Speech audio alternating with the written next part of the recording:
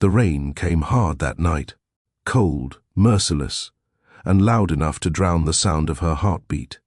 Layla Monroe stood on the marble steps of the Harrington estate, 7 months pregnant, her body trembling as thunder cracked above her.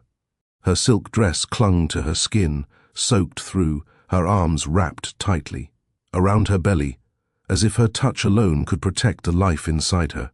Behind the massive iron gates stood everything she once thought was home. The mansion's lights glowed gold against the night, but no one moved to open the doors. No one came for her. "Please," she whispered, her voice barely holding. "Please, Marcus. I didn't do anything." Her husband stood behind the glass doors, his expensive suit dry, his face expressionless. He didn't flinch. He didn't speak. He didn't even blink. And beside him, his mother, Veronica Harrington, folded her arms like a queen passing judgment. Her diamond necklace sparkled each time lightning struck. "You've humiliated this family enough," Veronica said, her tone sharp, polished, and cold. "You've lied, deceived, and brought shame on the Harrington name. Leave before I have you removed." Layla's tears mixed with the rain. "I've done nothing wrong." Marcus's jaw tightened, but he said nothing. His silence hit harder than the storm. When the security guard stepped forward and began closing the gates, Layla realized this wasn't a warning. It was the end. The gates clanged shut with a metallic echo that pierced through her chest. She stumbled back, clutching her belly, her breath shallow and broken. The world around her blurred. The rain didn't stop. The man she loved didn't move. And the woman who ruined her life smiled as the lights inside went dark. Have you ever loved someone who turned away at the exact moment you needed them most? Have you ever begged for mercy from the very person who promised to protect you? Because that's where Layla's story begins, not with love, but with silence. She wasn't born into wealth. She was born into warmth. Raised in Savannah, Georgia, she grew up believing loyalty was love, and love was forever. Her father fixed cars, her mother taught English. They didn't have much, but they had each other. And that was enough. Until she met Marcus Harrington. He was power in a tailored suit. Billionaire CEO of a construction empire. A man who could rebuild entire skylines but couldn't hold on to the woman who built him a heart. When they first met at a charity event, Marcus was drawn to her simplicity. Her laughter didn't sound rehearsed. Her eyes didn't follow money. He said she made him feel human in a world that worshipped numbers. But love built on uneven ground doesn't last long when pride starts whispering. Veronica Harrington never accepted her son's wife.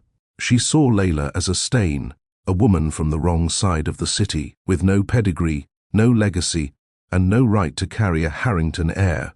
And so she poisoned everything she touched. "She's after your money," she told Marcus. "She's lying about the baby. She'll destroy your name if you don't destroy her first." Layla never saw the knife until it was already inside her back. That night, the night of the storm, was supposed to be their anniversary dinner. She had planned everything perfectly. Flowers, music, even his favorite meal. But instead of a celebration, she found herself accused of betrayal. Veronica had staged a scene at the company gala earlier that evening, claiming Layla was seen with another man, Marcus's own business partner. Lies, but spoken with the precision of someone who'd practiced. Marcus didn't defend her. He didn't ask for truth. He stood beside his mother, and with one quiet sentence erased everything they'd built. "Maybe you should take a walk, Layla." She thought he meant calm down. He meant leave. As the rain swallowed the night, Layla realized what kind of love she'd married into. One that wilted under pressure and believed whispers over vows. Her body shook with cold and heartbreak. The thunder rolled as if mocking her. She turned back one last time, praying he'd come out, that he'd remember she was carrying his children. But he never did. Minutes later, her knees gave out. The world went black. When she woke up, the sterile smell of a hospital filled her lungs. A doctor stood at her bedside, face gentle but grave. "Mrs. Harrington," he said quietly, "you need to rest. You and the baby have been through a lot." Layla's hand flew to her stomach. "The babies," she corrected. "There were two." The silence that followed was worse than the thunder. "I'm sorry," he said softly. "One didn't make it." She broke. Completely. That night, a part of Layla died. But the part that survived swore never to beg again. Years later, when the rain returned, it didn't fall on a broken woman. It fell on a storm she had become. Because the wife they left shivering on those marble steps came back with a name, a company, and a purpose powerful enough to ruin them both. Welcome back to the channel. This is Mr. Charles' Stories. If you've ever been betrayed by someone you trusted, if you've ever had to rebuild from nothing while the people who broke you kept smiling, this story will speak to you. It's about what happens when love turns to pride, when silence becomes regret, and when the woman they left in the rain comes back, holding thunder in her hands. Tap like, share this story with someone who believes in redemption, and stay with me until the end, because you'll want to see how this storm ends. The evening started like a celebration. Candles flickered across crystal tables, the air thick with the smell of champagne and the hum of polite laughter. Every guest at the Harrington Foundation Gala wanted a moment with Marcus Harrington, the billionaire who could turn dirt into gold.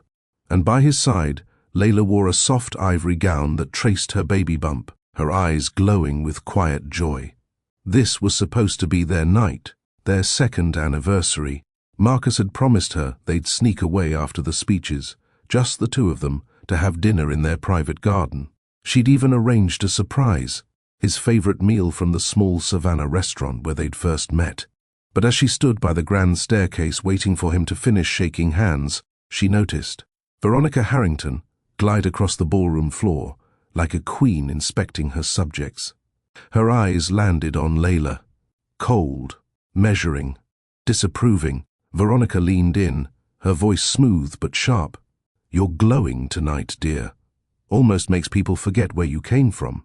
Layla smiled politely, trying to keep her voice steady. "I came from hard work and love." "I'll never forget that." "Love?" Veronica's smile didn't reach her eyes. "Don't romanticize your luck, darling. My son could have had anyone." Before Layla could respond, Veronica raised her champagne flute and whispered, "And apparently, he wasn't the only man you entertained." Layla frowned. "What are you talking about?" Veronica glanced toward Marcus's business partner, Damon Cross, a tall, confident man speaking with a group near the stage. "Funny how often you two are seen together. People talk, you know." Layla's chest tightened. "You're lying." "Oh, I don't need to lie, dear. I protect my family's name. That's something you'll never understand." Layla tried to walk away, but Veronica caught her wrist, her grip like iron. "You don't belong in this family, and soon everyone will see it." The band's music softened as Marcus took the stage for his speech. Cameras flashed, guests applauded. He looked every inch the leader, steady, charming, admired. Layla watched him proudly, unaware that Veronica's trap was already in motion. Midway through his remarks, a voice from the crowd shouted, "Maybe your wife can explain how she knows Damon Cross better than your own board members." Gasps filled the room. Heads turned. Layla froze. Veronica's satisfied smile said everything. Marcus's face darkened. "What is this?" Layla's throat closed. "Marcus, please." But Veronica spoke louder, performing for the room. "It's a shame, isn't it? You trusted her, and she betrayed you under your own roof. Imagine what the press will say tomorrow." The crowd murmured. Damon looked shocked. "This is absurd," he protested. "Mrs. Harrington and I—" "Enough," Marcus cut in, his voice low but dangerous. He stared at Layla with eyes she didn't recognize. "Marcus, you know me," she whispered. "You know I'd never—" "Then why is everyone talking about you and him?" Veronica snapped. "You've embarrassed this family for the last time." Layla turned to Marcus. "Tell them you don't believe this. Please." He looked at her for a long moment. Then, quietly, he said, "Maybe you should take a walk, Layla." It was the sound of a door closing that would never open again. The drive home was silent. Marcus stared out the window, jaw clenched. Layla sat beside him, fighting tears. She reached for his hand, but he pulled away. "Marcus, look at me," she begged. You think I'd do something like that while carrying your children? He said nothing. The windshield wipers thudded back and forth, matching the rhythm of her panic. When they reached the mansion, Veronica was already waiting by the door, a storm of satisfaction in her eyes. "Marcus, you can't let her sleep here tonight," she said smoothly. "Not after what she's done." Layla's voice broke. "What I've done? You're the one spreading lies. Watch your tone," Veronica hissed. "You fooled this family long enough." Marcus's silence was worse than shouting. He loosened his tie, tired and detached. "I need space to think." Tears blurred Layla's vision. "You can think beside your wife, not behind a wall." "I said I need space." Her heart cracked. "I'm carrying your children, Marcus. How much space do you need from that?" For the first time, his voice rose. "Enough, Layla." The echo of his shout bounced off the marble floor. Veronica touched his arm, playing the peacemaker. "She should go cool off, dear. A short walk will do her good." Marcus turned away, muttering, "Maybe she's right." That was it. No goodbye. No hug. Just a decision that changed everything. Layla grabbed her coat and stepped into the rain. At first, she thought he'd follow. He always did when they argued. He'd find her, apologize, and wrap his arms around her like nothing else mattered. But this time, he didn't. She stood by the gates, soaked and shaking. The thunder grew louder. The baby inside her kicked weakly, responding to her heartbeat's panic. She turned back toward the mansion. Through the window she saw movement, Marcus's tall frame near the fire, Veronica whispering something to him. Then the guard stepped forward. "Mrs. Harrington, Mom's orders are to keep the gates closed tonight." Layla blinked. "What?" "I'm sorry, Ma'am." The gate slammed shut. Her scream was swallowed by thunder. She pounded the iron bars until her palms bled. "Marcus, please, don't do this to me." No one came. Her body trembled from cold and heartbreak. The rain hit harder, relentless. She tried to walk toward the road, but her knees buckled. The ground tilted. The pain in her stomach sharpened like a knife. She gasped, her hands clutching her belly. No, please not now. A passing cab slowed down, headlights cutting through the rain. The driver jumped out and ran to her. "Miss, are you okay?" Layla's vision blurred. "Hospital, please." He lifted her gently into the car, shouting directions into the radio as she slipped into darkness. When she woke up, everything was quiet. Too quiet. The smell of antiseptic filled her lungs. A nurse adjusted her blanket, whispering softly, "You're safe now." Her eyes darted around. "My baby. Where's my baby?" The nurse hesitated, then called for the doctor. He arrived moments later, calm but grave. "Mrs. Harrington, you went into preterm labor due to extreme stress and cold exposure. One of the twins," he paused, "didn't survive." Layla's breath caught. Her chest tightened until it hurt to breathe. "No," he lowered his voice. "The other baby is stable. You'll both need rest." Layla turned her head toward the window. The rain had stopped. Dawn was creeping through the glass. Somewhere out there, her husband was sleeping comfortably, unaware that half her world had ended. She closed her eyes and whispered, "Never again. I'll never beg again." That was the night Layla Monroe died, and the woman who replaced her began to rise. The rain had stopped by morning, but the silence it left behind was heavier than thunder. Layla sat up slowly, her hand resting over the small rise of her belly, her eyes swollen from hours of crying. The nurse returned quietly, carrying a newborn wrapped in a soft pink blanket. "Your little girl's strong," she said gently. "She made it through the night." Layla looked down at the tiny face nestled against the blanket. The baby's chest rose and fell, fragile but steady. Her skin was soft as rose petals, her lips forming a faint pout that made Layla's heart twist. "She's beautiful," the nurse whispered. "Have you thought of a name?" Layla's lips trembled. "Nova," the nurse smiled. "That's lovely." "What does it mean?" Layla looked out the window, where sunlight pushed through the grey sky.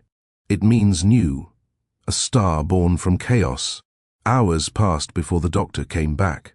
He checked Layla's vitals and spoke in that practiced, careful tone doctors used when balancing sympathy with truth. "You'll need a few weeks to recover," he said. "Your body's healing, but emotionally, that may take longer." Layla nodded faintly, staring at the sleeping baby in her arms. He hesitated, then added, "We tried contacting your husband. No response." Her throat tightened. "He won't come." The doctor's expression softened. "Then you'll need to focus on yourself and your daughter. That's what matters now." When he left, Layla turned her head toward the small bassinet beside her bed. She studied her baby's delicate features, the tiny fingers that curled instinctively around her own. "I'm sorry," she whispered. "You deserved 2 heartbeats, not 1. Tears fell quietly down her cheeks. 2 days later, Layla was discharged. No flowers, no visitors, no driver waiting at the hospital entrance. She left with 1 hospital bag, 1 newborn, and 1 decision. She would never walk back to that mansion again. Outside, the sky was still grey, the ground damp from the storm. The cab driver from that night stood by his car, recognizing her immediately. "You're okay," he said with relief. "Thank God." She nodded weakly. "Thank you for stopping." He smiled. "Most people would have driven past. I couldn't." Layla managed a faint smile. "The world needs more people like you." He helped her into the car and asked, "Where to?" She hesitated. She didn't have an address anymore. Not a home, not a plan. Finally, she said, "Take me to the nearest motel." The motel smelled of old carpet and loneliness. The walls were thin, the paint peeling, the air stale with cigarette smoke. But for Layla, it was freedom. She placed Nova in the small crib the motel manager had found for her, then sat on the bed staring at the ceiling. Her wedding ring glinted faintly under the dull light. She twisted it once, twice, then slipped it off. It felt like shedding a lie. She dropped it into a plastic cup on the nightstand, the clink echoing in the stillness. "Nova," she whispered, "we start over now." The following weeks were a blur of exhaustion. She barely slept. Nova cried through the nights, and Layla rocked her with trembling hands, humming lullabies her mother once sang. Each day she forced herself to get up, feed her child, and find a way forward. She applied for remote jobs, anything that would let her work while keeping Nova close. She answered customer support calls, typed data entries, and took small freelance gigs. The money wasn't much, but it was honest. She made lists each night, scribbling goals in a worn notebook. Find stable income, finish online course, move out of motel before winter, never depend on anyone again. Every time she looked at her baby's face, she reminded herself what was at stake. 3 months later, Layla found a small 1-bedroom apartment on the outskirts of Atlanta. The walls were plain, but the air smelled like opportunity. She set up a small desk near the window, balancing work calls with diaper changes. Sometimes she'd glance at the skyline, tall, distant, and shining, and whisper to herself, "One day." She enrolled in an online real estate certification course, studying late into the night. Her laptop overheated.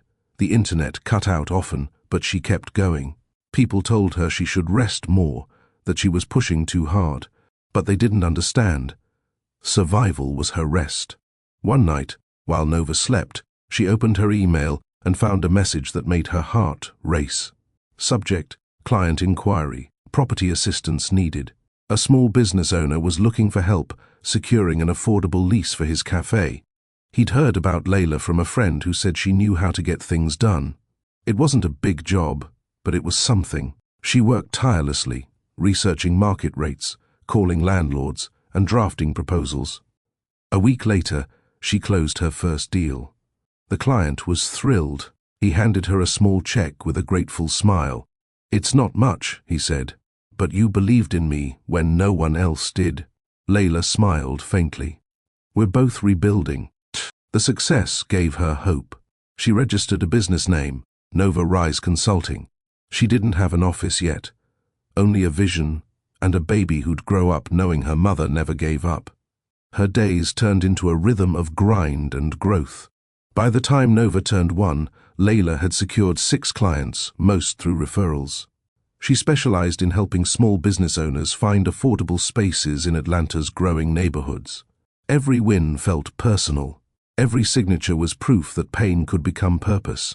When her first major feature appeared in a local magazine titled From Rain to Rise, the Woman Transforming Atlanta Real Estate, she stared at her photo for a long moment. Her reflection no longer looked broken. It looked determined. But the past wasn't gone. It was waiting. One night, while putting Nova to bed, Layla scrolled through her phone and paused. A news notification flashed. Harrington Construction to host Atlanta Development Summit. The name hit like a memory. Marcus. Her heart skipped. She hadn't spoken his name aloud in 3 years. She thought she'd moved on. She thought the pain had faded. But seeing it in print, seeing the empire that was once half hers, made her chest tighten. Nova stirred in her crib. Layla leaned over and kissed her forehead. "You'll never know that kind of pain," she whispered. "I'll make sure of it." She turned off the light and walked to the window. Outside, rain started to fall again, soft and familiar. Only this time, it didn't sound cruel. It sounded like a reminder of what she'd survived, of who she'd become. She smiled faintly. "Let it rain. I'm not the same woman anymore." The next morning, Layla packed her laptop and business cards, ready for her next client meeting. She paused at the mirror by the door. Gone was the naive woman who once believed love could survive silence. The woman in the mirror now wore strength like armor, and though she didn't know it yet, fate was already setting the stage for a reunion that would shake the foundations of everything she'd rebuilt. But this time, when the rain came, she wouldn't be the one left standing outside the gates. Before the betrayal, before the rain, there was laughter. The kind that came easily before power and pride began to poison everything. 3 years earlier, Layla Monroe had been working as an event coordinator for a non-profit in Savannah. The charity conference that year was sponsored by one of the country's biggest construction firms, Harrington Global Developments. Layla's job was to make sure every detail ran perfectly. She wasn't supposed to meet the CEO, but fate had its own agenda. Marcus Harrington arrived late, confident, and far too used to being admired. His black suit was tailored within an inch of perfection, his watch gleaming under the chandelier. People parted when he walked. His mother, Veronica, stood beside him, her elegance polished to intimidation. When Marcus approached the registration table, Layla was bent over, fixing a floral arrangement that had fallen apart. He cleared his throat softly. "Excuse me," he said, his voice low, smooth, and composed. Layla straightened, brushing petals from her hands. "You're supposed to check in with the staff at the other table, sir." "I did." His lips curved slightly. "They sent me to the woman who seems to be running the place." She glanced up, realizing who he was. "You're Mr. Harrington." "Marcus," he corrected. "You're the reason this place looks like a magazine spread." Her cheeks warmed. "I'm the reason it's on schedule. The rest is your company's money." He laughed quietly. "Money doesn't create taste. You have an eye for it." That was their first exchange, brief, professional, but enough for something to spark. Over the next few days, he kept finding excuses to stop by the planning desk. Sometimes it was a question about lighting. Other times, it was just coffee. Layla tried to keep her tone neutral. "You know, CEOs don't usually have this much time to spend on decorations." Marcus smiled. "You'd be surprised how much time people like me have when they find something worth noticing." She rolled her eyes, hiding her smile. "That's a terrible line." "Then it's a good thing I meant it." Their connection grew fast. She was the calm to his control, the voice that reminded him he didn't have to win every argument or dominate every room. He told her things he didn't tell anyone, how his father's death left him hardened, how the weight of a billion-dollar empire sometimes felt like a cage. Layla, in turn, told him about her father's old workshop, how the smell of motor oil still reminded her of home. He listened. He didn't judge. She saw glimpses of warmth beneath the arrogance. After the conference ended, he called her office under the guise of following up on event performance. She knew it was a lie when he asked, "Are you free for dinner?" She hesitated. "You don't even know if I eat dinner." "Then teach me what you like." She went. Dinner turned into long walks, laughter, and nights spent talking about dreams they never thought they'd share. Within months, she moved to Atlanta. A year later, he proposed with a quiet simplicity that stunned her. No cameras, no audience, just him on one knee in the garden of her mother's house. Their wedding was beautiful, intimate, and full of promises. He told her she made him feel like a man, not a machine. She told him she didn't need his wealth, just his honesty. For a while, it was perfect. She'd wake up to fresh flowers and handwritten notes. He'd cancel meetings just to have breakfast with her. He'd watch her paint, saying she made stillness look sacred. But the fairy tale began to crack the moment they returned from their honeymoon. Veronica. The first time Layla met her mother-in-law officially, she wore a smile that never reached her eyes. The older woman had the kind of grace that came from money and control, every gesture precise, every word sharpened. "I can see why my son adores you," Veronica said, sipping tea. "You're uncomplicated." Layla blinked. "Thank you, I think." "It's not an insult," Veronica replied, her smile tight. "It's refreshing." Marcus tends to attract women who want more than love. "I only want him," Layla said softly. "Yes," Veronica murmured. "That's what they all say." At first, Layla ignored the subtle jabs. The way Veronica referred to her as the charity girl, the way she corrected Layla's manners at dinners or changed the subject when guests asked about her background. Marcus brushed it off. "That's just how she is," he'd say. But slowly, Veronica began planting seeds of doubt. When Layla became pregnant, the whispers started. "She's glowing," Veronica would say sweetly to Marcus when Layla entered the room. "Let's hope the timing adds up." Marcus frowned. "What's that supposed to mean?" "Nothing, dear. Just that you've been busy these last few months, and she's been, well, lonely." He didn't respond, but Layla noticed the shift. The longer silences, the quick glances when she answered her phone, the way his warmth began to cool. One evening, Layla waited for Marcus to come home. The table was set, candles flickered, and she'd cooked his favorite dish, rosemary chicken and lemon potatoes. When he finally walked in, his expression was distant. "You didn't tell me Damon stopped by the office yesterday," he said, loosening his tie. She looked up from the plates. "Damon? He came to drop off documents for the new charity wing. And you had lunch?" "It wasn't planned. We were both hungry." His tone hardened. "Do you know how that looks?" Her heart sank. "To who?"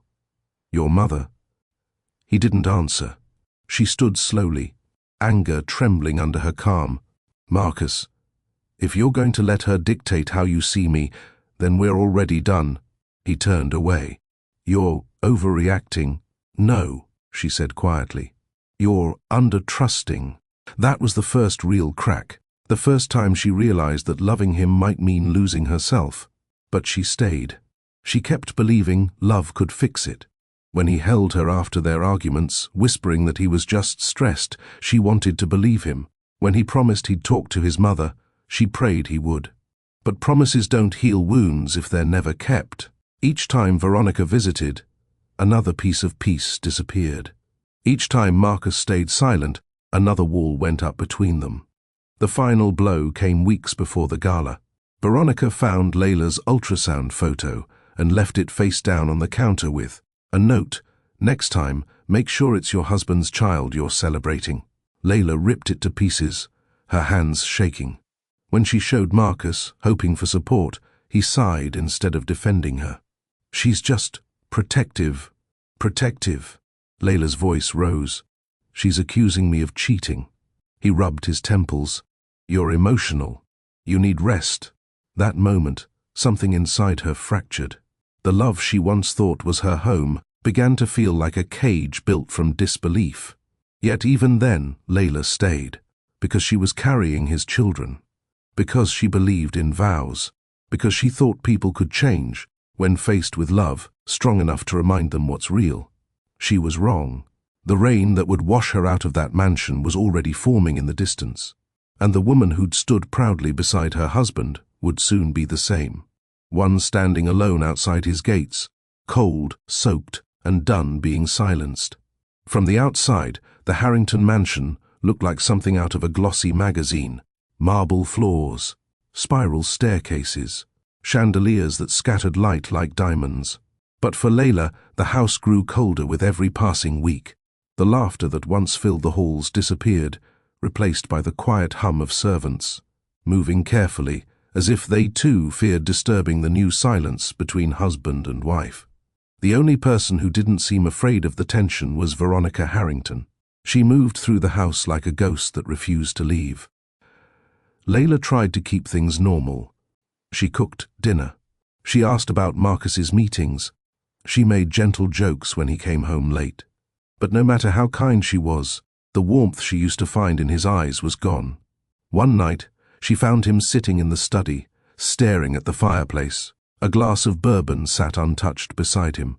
"You didn't eat," she said softly. He didn't look up. Wasn't hungry.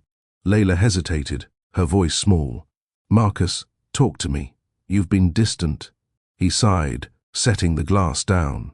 "You've been spending a lot of time downtown lately. With that community project." Her heart tightened. "You know why. It's for the charity wing we started." "I know what you told me," he said flatly. "But people are starting to talk." "People," she repeated, her stomach dropping. "Or your mother." He didn't answer. That silence told her everything. She crossed the room and stood in front of him. "Marcus, I'm your wife. You used to believe me before you believed everyone else." His eyes lifted to hers, unreadable. "You've changed." The words hit her harder than she expected. "You mean I've stopped begging for attention?" He stood abruptly. "That's not what I said." "No," she whispered, tears gathering. "But it's what you meant." Days passed in half-hearted conversation. He went to work earlier, came home later. When he did come home, Veronica made sure she was there, reminding him how tired he looked or how chaotic the house felt. Layla began spending more time in the garden, talking to her unborn children. She'd kneel beside the fountain, tracing her stomach as she whispered, "You'll grow up knowing love, even if it's only from me." The staff treated her kindly but cautiously. Everyone knew where the real power lay in the house, and it wasn't with the wife. Veronica had eyes everywhere. The maid, the driver, the personal chef, each one loyal to her before anyone else. Layla caught snippets of their whispers when she entered rooms. "Mrs. Harrington said she's unstable. She cries in the garden again. She shouldn't be alone in her condition." They painted her as fragile. But she wasn't fragile. She was breaking quietly, and no one noticed. One afternoon, while Marcus was away, Layla walked into the library to find Veronica sitting behind the desk, flipping through Layla's journal. "What are you doing?" Layla demanded. Veronica looked up, unbothered. "Reading." "That's private. So was this family's reputation before you ruined it," Veronica said coolly, closing the book. "Do you think I don't know what you're planning?" Layla frowned. "Planning? You're trying to make my son choose between us, but I promise you, dear, you'll lose." "I'm not making him choose," Layla said quietly. "He already has." For the first time, Veronica's smile faltered. Layla's voice didn't rise, it steadied.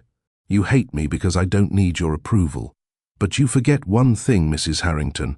Love doesn't ask for permission." Veronica stood, eyes cold. "You'll regret defying me." "Maybe," Layla said, "but not as much as you'll regret underestimating me." That night, Marcus came home furious. "You confronted my mother," he demanded. Layla's pulse raced. "She was reading my journal, Marcus. She crossed a line. She told me you threatened her." "Threatened?" Layla laughed bitterly. "She twisted everything, and you believe her again?" He ran a hand through his hair. "You need to calm down." Her voice cracked. "Stop saying that. You keep using those words every time I defend myself." "She's my mother," he snapped. "Show some respect." Layla stepped back, tears brimming. I've shown more respect than she's ever deserved, but you've shown me none." The silence that followed was suffocating. Finally, he turned away. "I can't do this right now," and with that, he left her standing there, shaking. Later that night, Layla sat on the floor of the nursery, surrounded by unopened boxes of baby clothes. Her hand rested over her belly. "I don't know how to love him anymore," she whispered. "He's turning into someone I don't recognize." The baby kicked softly, as if reminding her she wasn't alone. A soft knock broke her thoughts.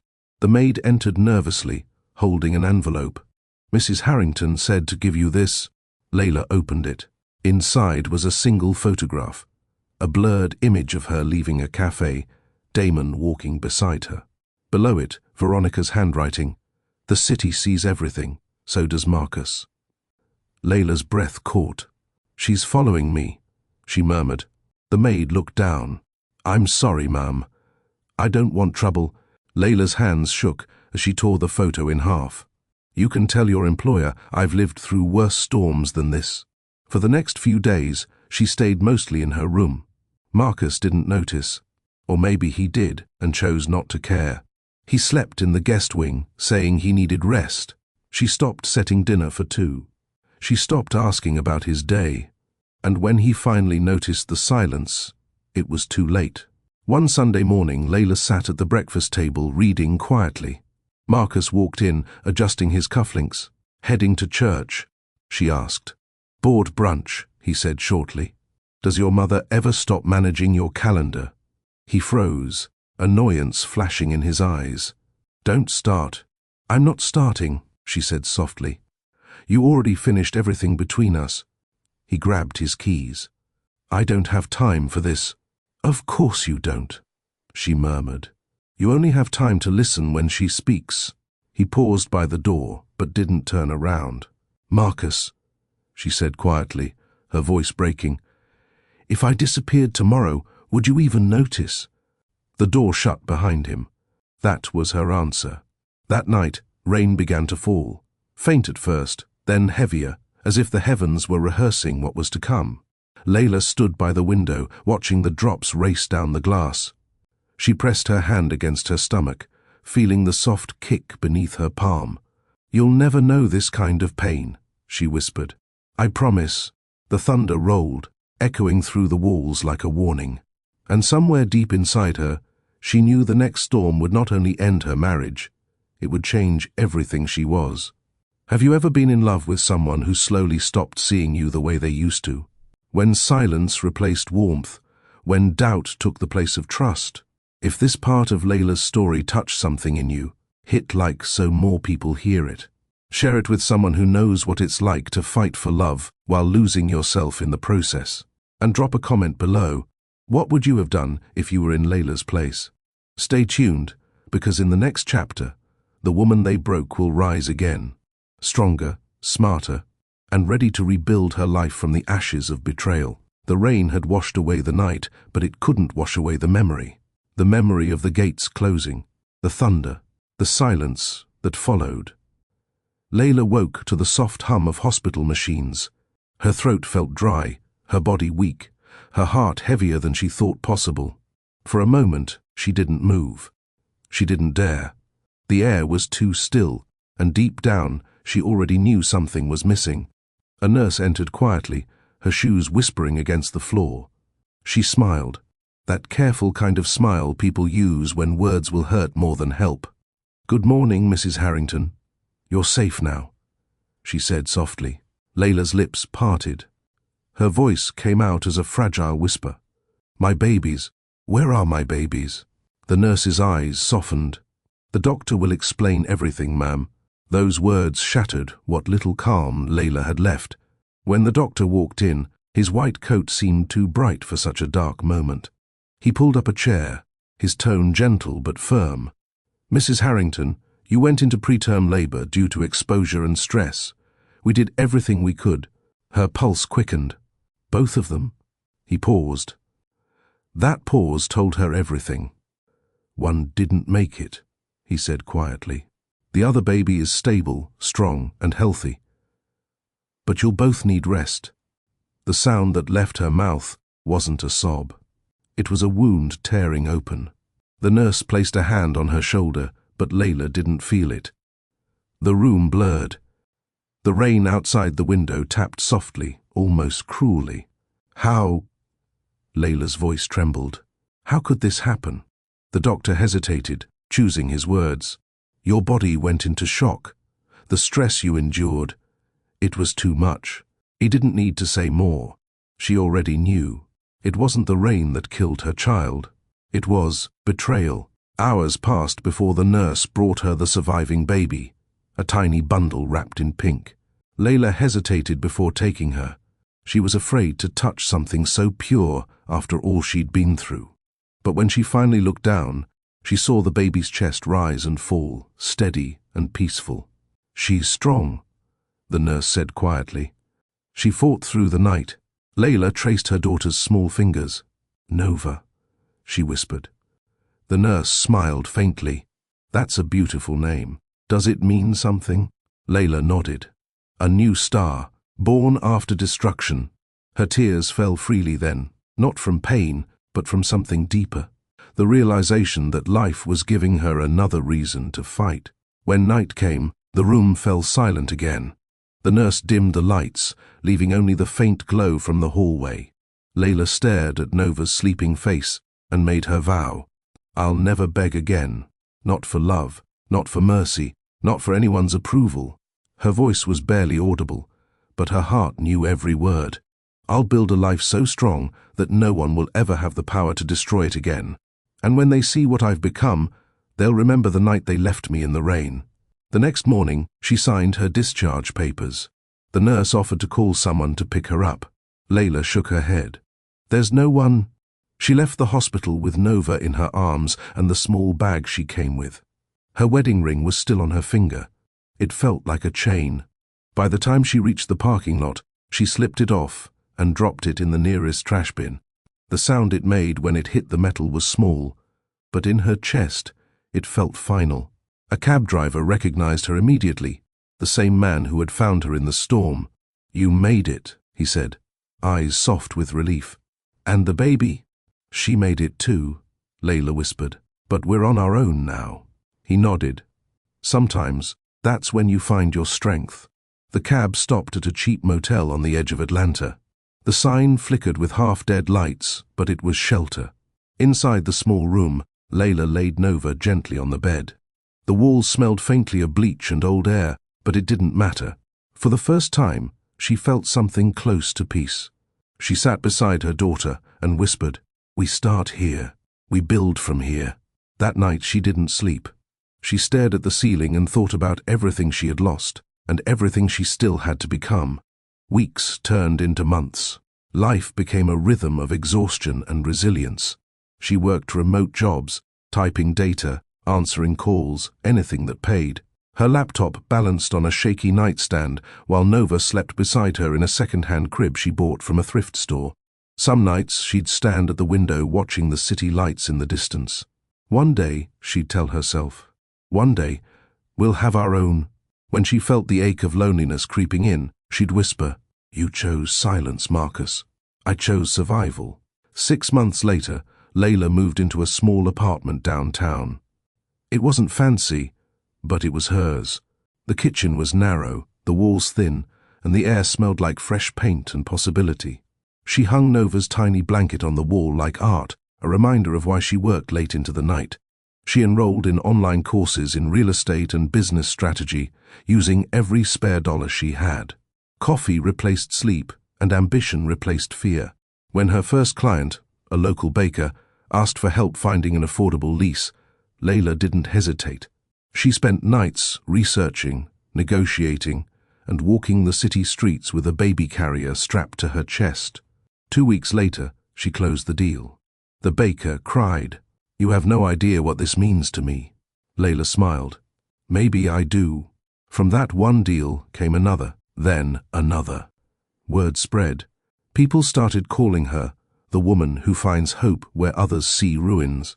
And soon, Layla Monroe was no longer just a single mother trying to survive. She was the founder of Nova Rise Properties, a small but growing real estate consulting firm. The name wasn't just about business, it was about rebirth. Every time she signed a contract, she felt a piece of herself returning, the parts that Marcus's silence had taken. But sometimes, late at night, when Nova was asleep, she'd scroll through news headlines out of habit. And every so often, she'd see his name, Marcus Harrington, attached to new ventures, gala appearances and awards. He looked the same, powerful, polished, empty. She closed her phone and whispered, "You built buildings. I built myself." Then, she'd glance at the photo of her daughter beside her bed. And one day, you'll see who your mother became. Outside, the rain would start again. But this time, it no longer sounded cruel. It sounded like applause. Atlanta's skyline glittered in the distance, bright and alive, the exact opposite of the quiet apartment where Layla was raising her daughter. Her world was small, but it was hers. Every morning, she woke up to the sound of Nova's soft coos and the rumble of traffic below. The city was awake, chasing ambition. So was she. The days blurred together, early mornings spent feeding Nova, afternoons answering work calls, nights studying by lamplight. Her body ached constantly, but it was a good ache, the kind that came from purpose. Sometimes, while she typed, she'd look at her baby lying beside her on the floor, giggling at nothing. "You don't even know how much you saved me," Layla would whisper. "You gave me a reason to rise."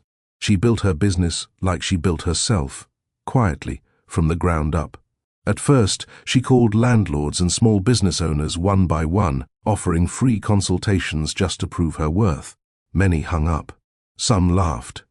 But a few said yes. Her pitch was simple. You don't need a big firm to believe in your dream. You just need someone who listens. Those words spread faster than any advertisement. Within 6 months, she had her first steady clients. A barber shop, a small daycare, a bakery, and a hair salon. She worked out of coffee shops, libraries, and sometimes her own kitchen table, with Nova sitting in a high chair beside her. When she made her first real commission, she held the check in her hands and cried. It wasn't much, but it was proof. She took a photo of it, saved it to her phone, and titled the image, "Rain to Rise."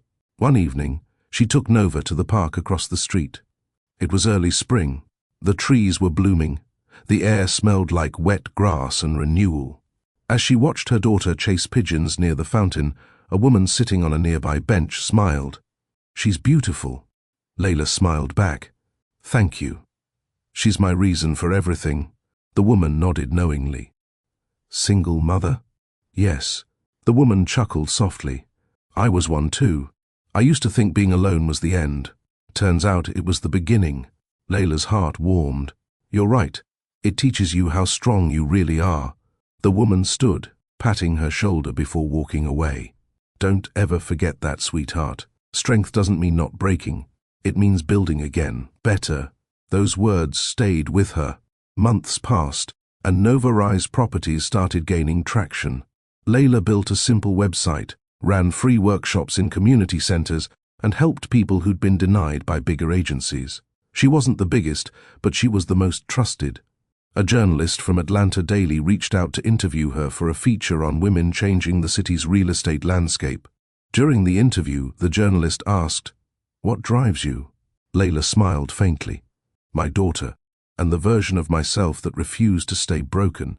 The article went viral locally. The headline read, "Single Mother Rebuilds Her Life and Her City." Within weeks, calls flooded in from investors, partners, and small business owners wanting to work with her. Layla realized something she never thought she'd feel again: pride. But with success came whispers. At networking events, she sometimes caught the tail end of conversations about her past, about the billionaire's wife who vanished. Some called her lucky, others called her scandalous. She never corrected them. She'd smile politely and say, "People can call it luck. I call it work." Her composure fascinated people. The quiet grace she carried made her stand out in rooms full of ego. Still, when the nights grew long and the city lights blurred outside her window, she wondered if Marcus ever thought about her, or the child he never met. One evening, while organizing paperwork, Layla's assistant, Kyra, walked in holding her phone. "You might want to see this," she said carefully. Layla frowned. "What is it?" Kyra handed her the phone.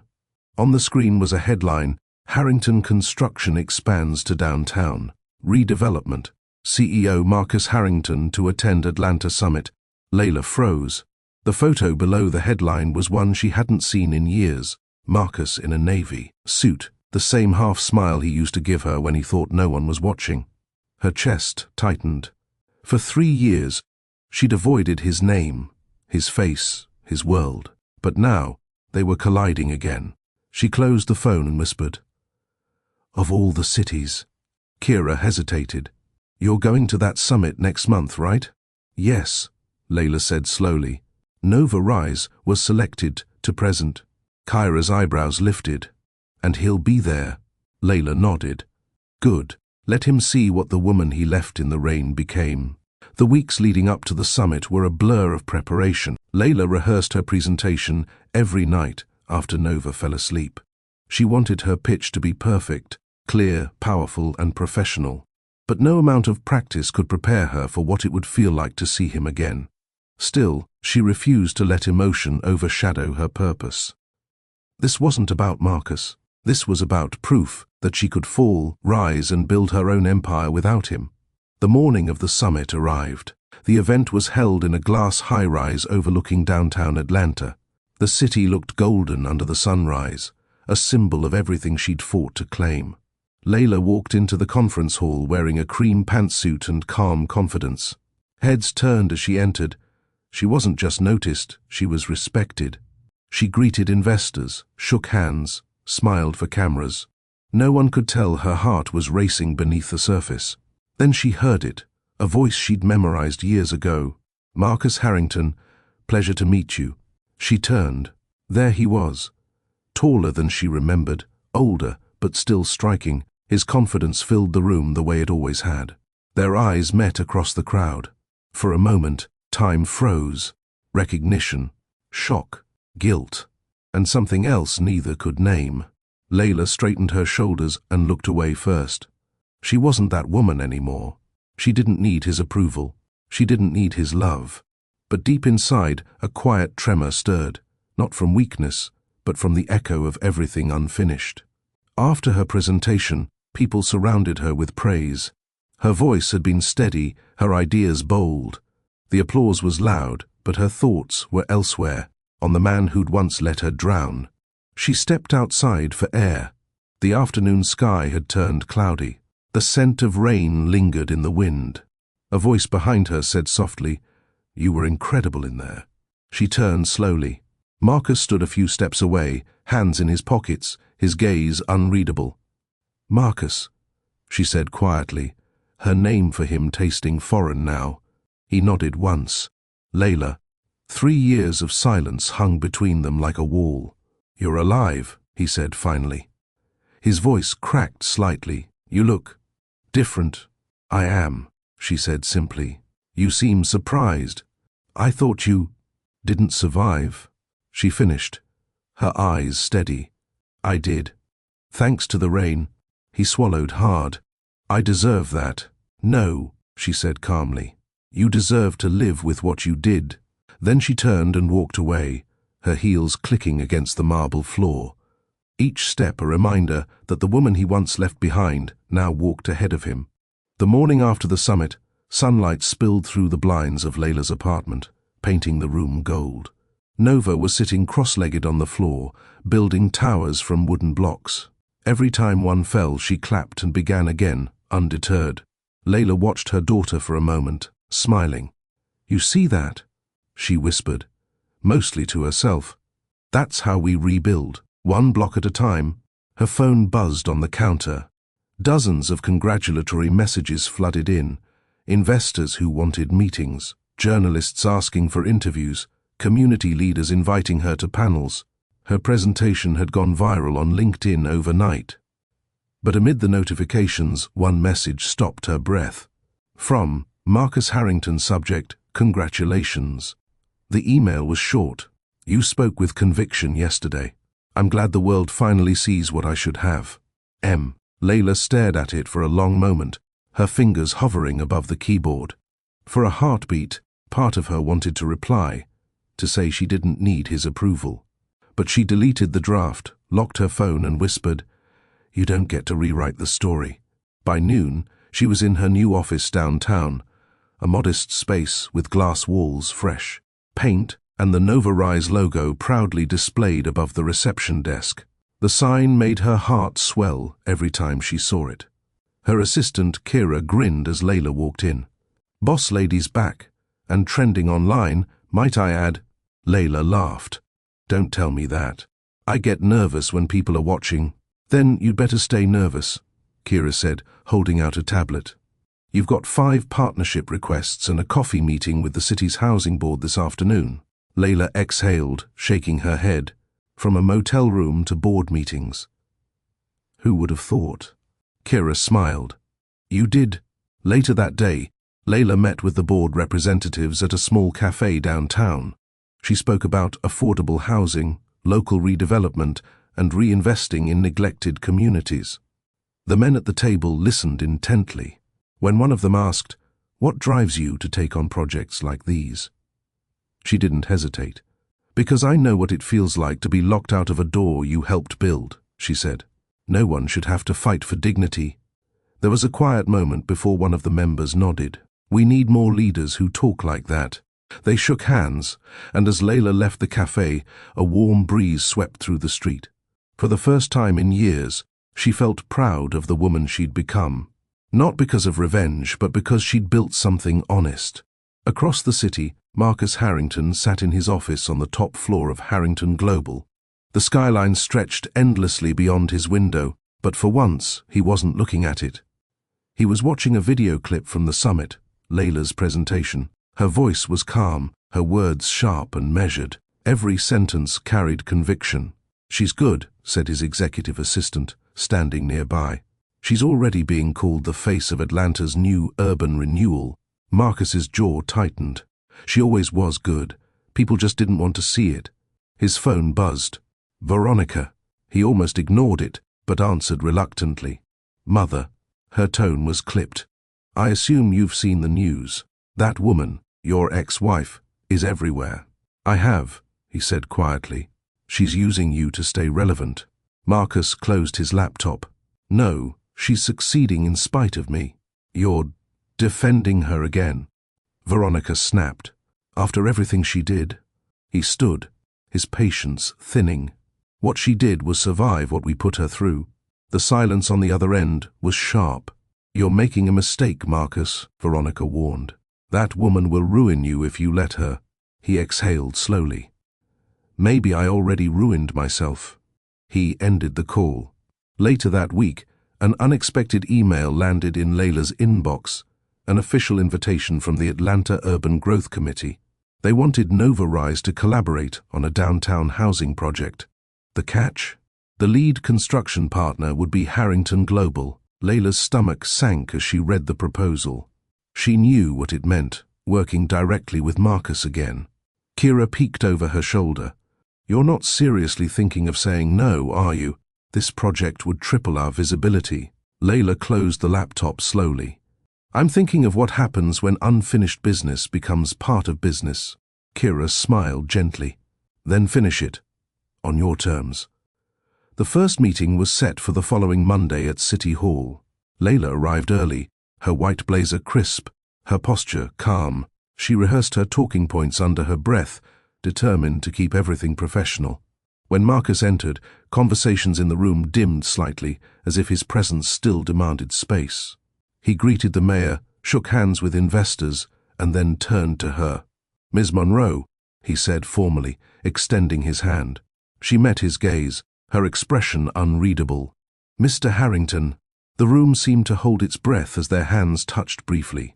His grip was firm but hesitant, as though he was afraid she'd pull away, which she did. During the presentation, they sat across from each other at the long mahogany table. Layla outlined community impact strategies. Marcus discussed funding and infrastructure. Their professionalism was flawless, but beneath every word there was history. Every pause carried what neither dared to say aloud. After the meeting ended, one of the city officials approached Layla. "We're thrilled to have Nova Rise on board. You and Mr. Harrington make a powerful team." Layla smiled politely. "Let's hope we make a better one than we did before." Outside, as she prepared to leave, Marcus caught up to her. "Layla, wait." She stopped, but didn't turn. "We don't need to talk, Marcus. The contract speaks for itself." "I'm not here about the contract." "Then it's not my concern." "Please," he said quietly. 5 minutes. She faced him then, the afternoon light catching in her eyes. 5 minutes, no more. Marcus exhaled. "I didn't know you'd made it out that night. No one told me where you were." Layla's expression stayed calm, but her eyes hardened. "You didn't ask." He winced. "You're right, I didn't. And I've lived with that every day since." "Regret isn't redemption," she said softly. "And guilt doesn't rebuild what you destroyed." He nodded slowly. "I know, but I'm not asking for forgiveness. I'm asking to help." She let out a faint, humorless laugh. "You can't help me, Marcus. You already did when you left me in the rain. It forced me to find myself."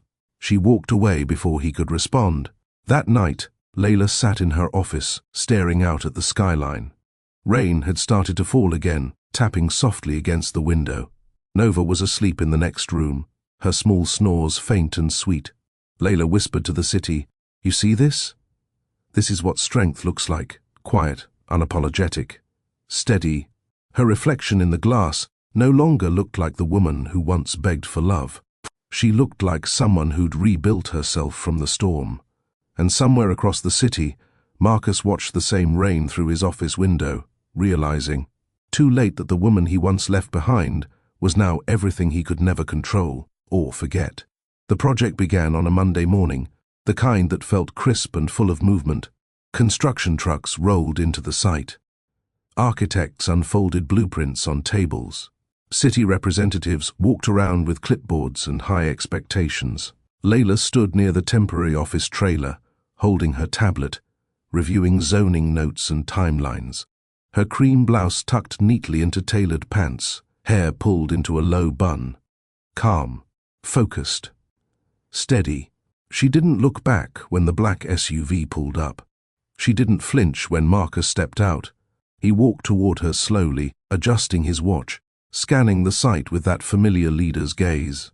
The same man who once commanded boardrooms now took measured steps toward the woman who no longer needed him. "Morning," he said. "Let's get the schedule review done," she replied, eyes on her screen. There was no warmth, no edge, only business. A Harrington project manager walked over with documents. "Ms. Monroe, here's the updated foundation timeline." "Good. Keep the local vendors list open," Layla said. "We're prioritizing community labor." Marcus nodded. "Agreed. We want the neighborhood to feel ownership." Layla raised one brow. "We. This is my term. You're agreeing to it." He paused, lips tight. "Right." A crew member called him. He walked away, and Layla continued directing teams, her tone steady and sure. People listened. People respected her. There was no trace of the woman who once asked others to believe her, only the woman who learned to stand on her own. Later, during a design walkthrough, Layla pointed at the community garden space. "We need sustainable irrigation, child-safe fencing, and shaded benches. Families in this district deserve a place to breathe." Marcus listened. "I'll reroute budget. We'll make room for all of it." Layla didn't smile. "Not for me. For them." He held her gaze. "For them. And because you always see what others ignore." She didn't respond. She walked to the playground draft and highlighted notes. There was a quiet tension between them, not angry, not warm. Controlled, contained, every word measured, every glance brief. Two people who shared a past and now shared responsibility. Nothing more. A city official approached. "We should do a joint press announcement. The project is gaining buzz." Layla shook her head. "Focus on progress, not cameras." Marcus agreed. "We'll talk media after groundwork." The official left, impressed. As soon as he walked off, Marcus looked at her. "You never liked attention." "I like results," she replied. "They last longer than applause." "You always did see beyond the surface." She leveled her gaze. "I had to—" He looked down for a moment, the weight of her words clear. At lunchtime, the team ate at folding tables outside. Layla sat with community leaders and local moms. They laughed, talked about neighborhood schools, and shared ideas for youth spaces. Marcus watched from a distance with his engineers, stealing glances when she didn't look, seeing her in her element, leading with kindness and conviction. One engineer whispered, "She's impressive." Marcus nodded. "She always has been." Later, while reviewing permit updates inside the trailer, they were alone for the first time that day. Marcus leaned against the counter. "You built all this without anyone's help." Layla didn't look up. "Not without help. Just without you." Silence. He spoke quietly. "I told myself you were better off without me." She turned slowly, calm voice steady. "No, you told yourself it was easier not to face the truth." He swallowed, jaw tight. "You're right." "I usually am," she said, turning back to documents. There was no bitterness, only honesty, the kind earned through pain and rebuilding. He watched her for a moment, almost studying her. "You look at problems and see answers," he said. "I used to take pride in that about you. Now I see you didn't need me to do it." Layla tapped her screen. "Needing someone isn't love. Choosing someone is—" He stared at her, quiet. "And you don't choose me." She didn't flinch. "No." His voice softened. "I understand." She didn't meet his eyes. "Understanding doesn't erase actions." He nodded once. "No, it doesn't." A crew member knocked, ending the moment. "We're ready for the structural tour." Layla stood. "Let's go." They walked the site. Layla's boots on gravel, his just behind her. Engineers asked her questions. She solved issues, redirected tasks, steered strategy. Every move efficient, confident, capable. Marcus watched her build a community the way she rebuilt herself, step by step, brick by brick, without apology. When rain clouds gathered overhead, Layla didn't look up. Rain didn't scare her anymore. It fueled her. Before the day ended, Marcus approached her again. "Layla." She continued marking notes. He waited. She finally looked up. "Yes? I'm not asking for forgiveness," he said softly. "I know I haven't earned it, but I want to learn how to be better." She nodded once. "Then do it without needing applause." His chest tightened. "I will." She picked up her bag. "Good. See you tomorrow." He watched her walk away, calm, powerful, grounded. He didn't follow. He couldn't. Some journeys weren't his to interrupt. As she reached her car, the first raindrop fell on her hand. She looked up. This rain didn't threaten. It promised. "I didn't drown," she whispered. I rose. She got in, drove off, and didn't check her mirror. Behind her, Marcus stood in the rain, not moving, letting it touch him the way it once touched her. Cold, humbling, unforgettable. But he didn't chase her this time. He simply whispered to himself, "Earn your redemption." Quietly. And the sky opened above him. The following weeks moved fast. The downtown redevelopment site became a heartbeat of noise, machines rumbling, hammers echoing, and conversations rising like music over progress. Layla balanced her time between managing the contracts, mentoring interns, and spending evenings with Nova. Her days stretched long, but the satisfaction of watching each wall rise made it worth it. The project wasn't just rebuilding a neighborhood, it was rebuilding faith. Hers included. Marcus was there every morning, early, walking the grounds, clipboard in hand. He didn't try to force words with her anymore.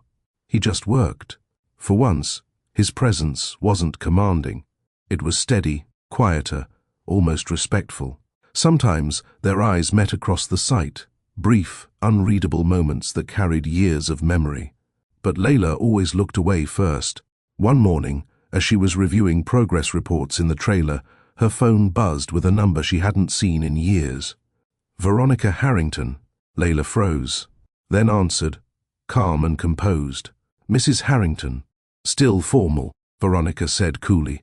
You've built quite a name for yourself. Nova Rise, is it? How poetic. Layla leaned back in her chair. It's not poetry, it's progress. I suppose you think you've won, Veronica said. All these articles, all this attention. But make no mistake, my family's name built this city long before you showed up. Layla's tone didn't waver. And that name locked me out in the rain while I carried your son's child. A pause. The kind that holds tension like a loaded weapon. I didn't call to argue, Veronica said finally. I called to offer advice. Keep your distance from Marcus. He's vulnerable right now. Don't confuse his guilt for love. Layla smiled faintly. Don't confuse his growth for weakness. Before Veronica could respond, Layla ended the call. That afternoon, Marcus arrived late to the site, visibly tense. His assistant whispered something about an emergency board meeting. Layla kept her distance but noticed the way his shoulders were tight, his jaw clenched. When the team dispersed for lunch, he walked toward her quietly. My mother called you.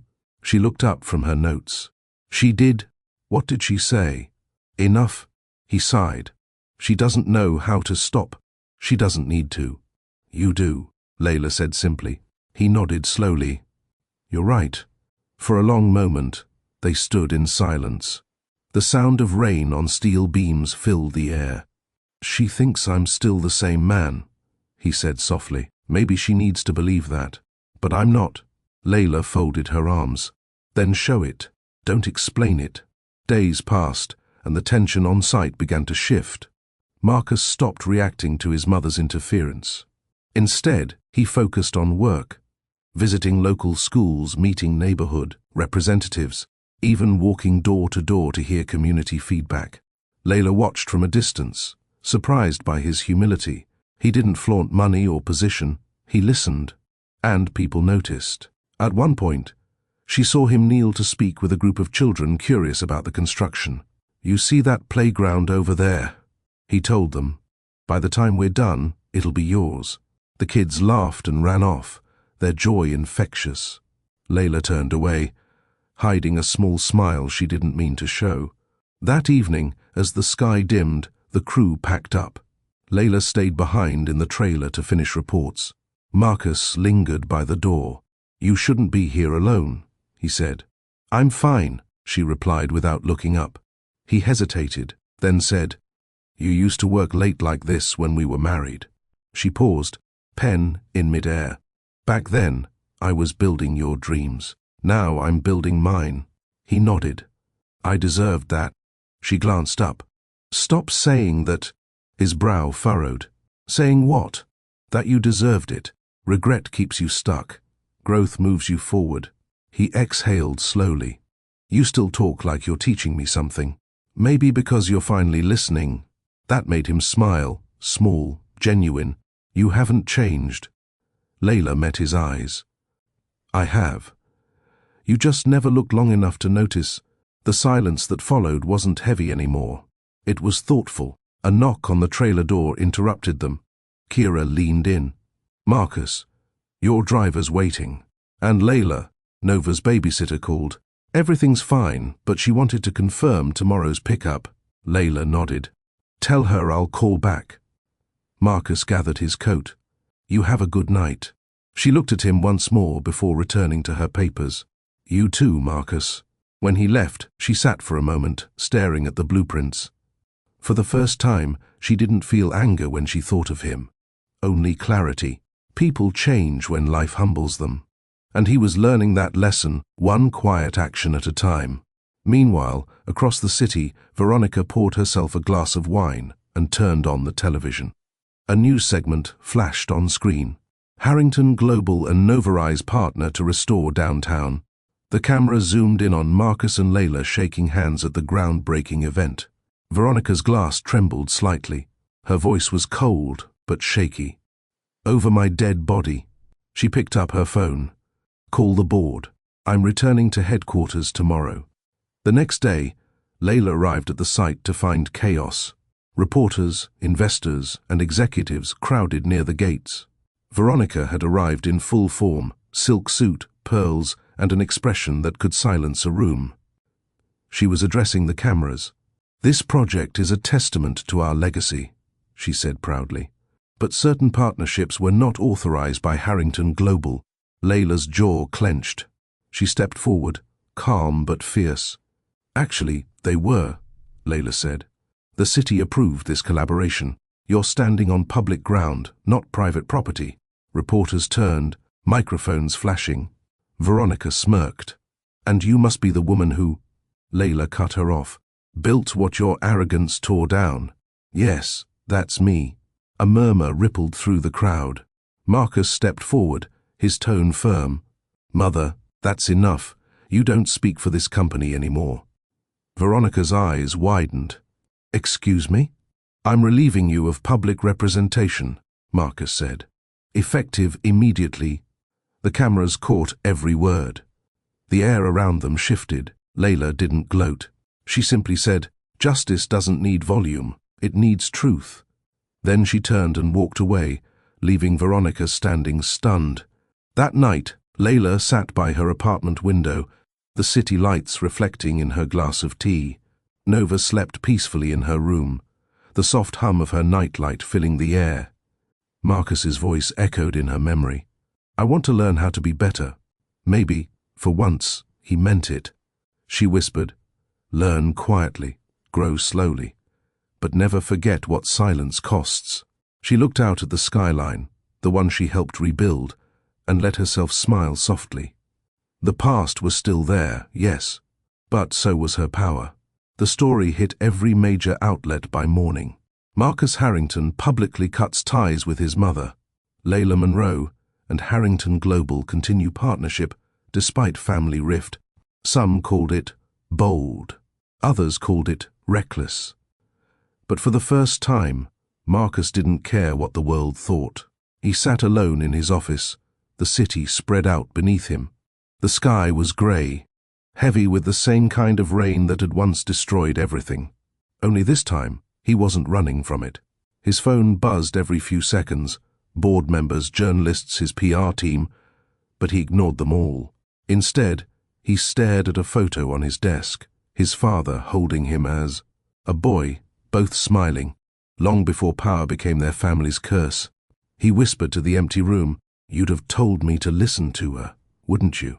To that woman who spoke truth even when it hurt, the rain hit the glass harder. He welcomed it. It sounded like consequence. Meanwhile, at Nova Rise headquarters, Layla moved through her day with practiced calm. Her staff was thrilled about the news coverage. Clients were calling non-stop. Investors were lining up. But inside, she felt a shift. Something bigger than success. Something like release. Kyra burst into her office, tablet in hand. "You've seen this, right?" Layla looked up. "If it's another article, skip it." Kyra grinned. "No, a City Award nomination. Entrepreneur of the Year. You're on the list, Layla." Layla froze. "What?" "Apparently your story's become a symbol for resilience. They want you to speak at the gala next month." Layla exhaled, stunned for a moment. "The same city that once turned its back on me wants to hand me a microphone." Kyra smirked. "That's called full circle." Layla smiled faintly.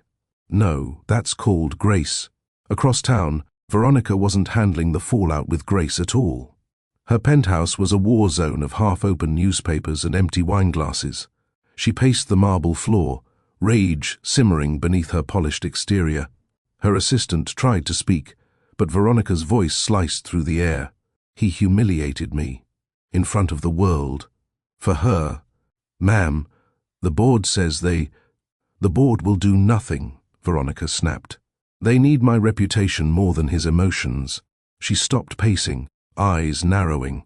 "Layla Monroe thinks she's won. Let's see how long she stands when her foundation cracks." The assistant hesitated. "What are you planning?" Veronica's lips curled.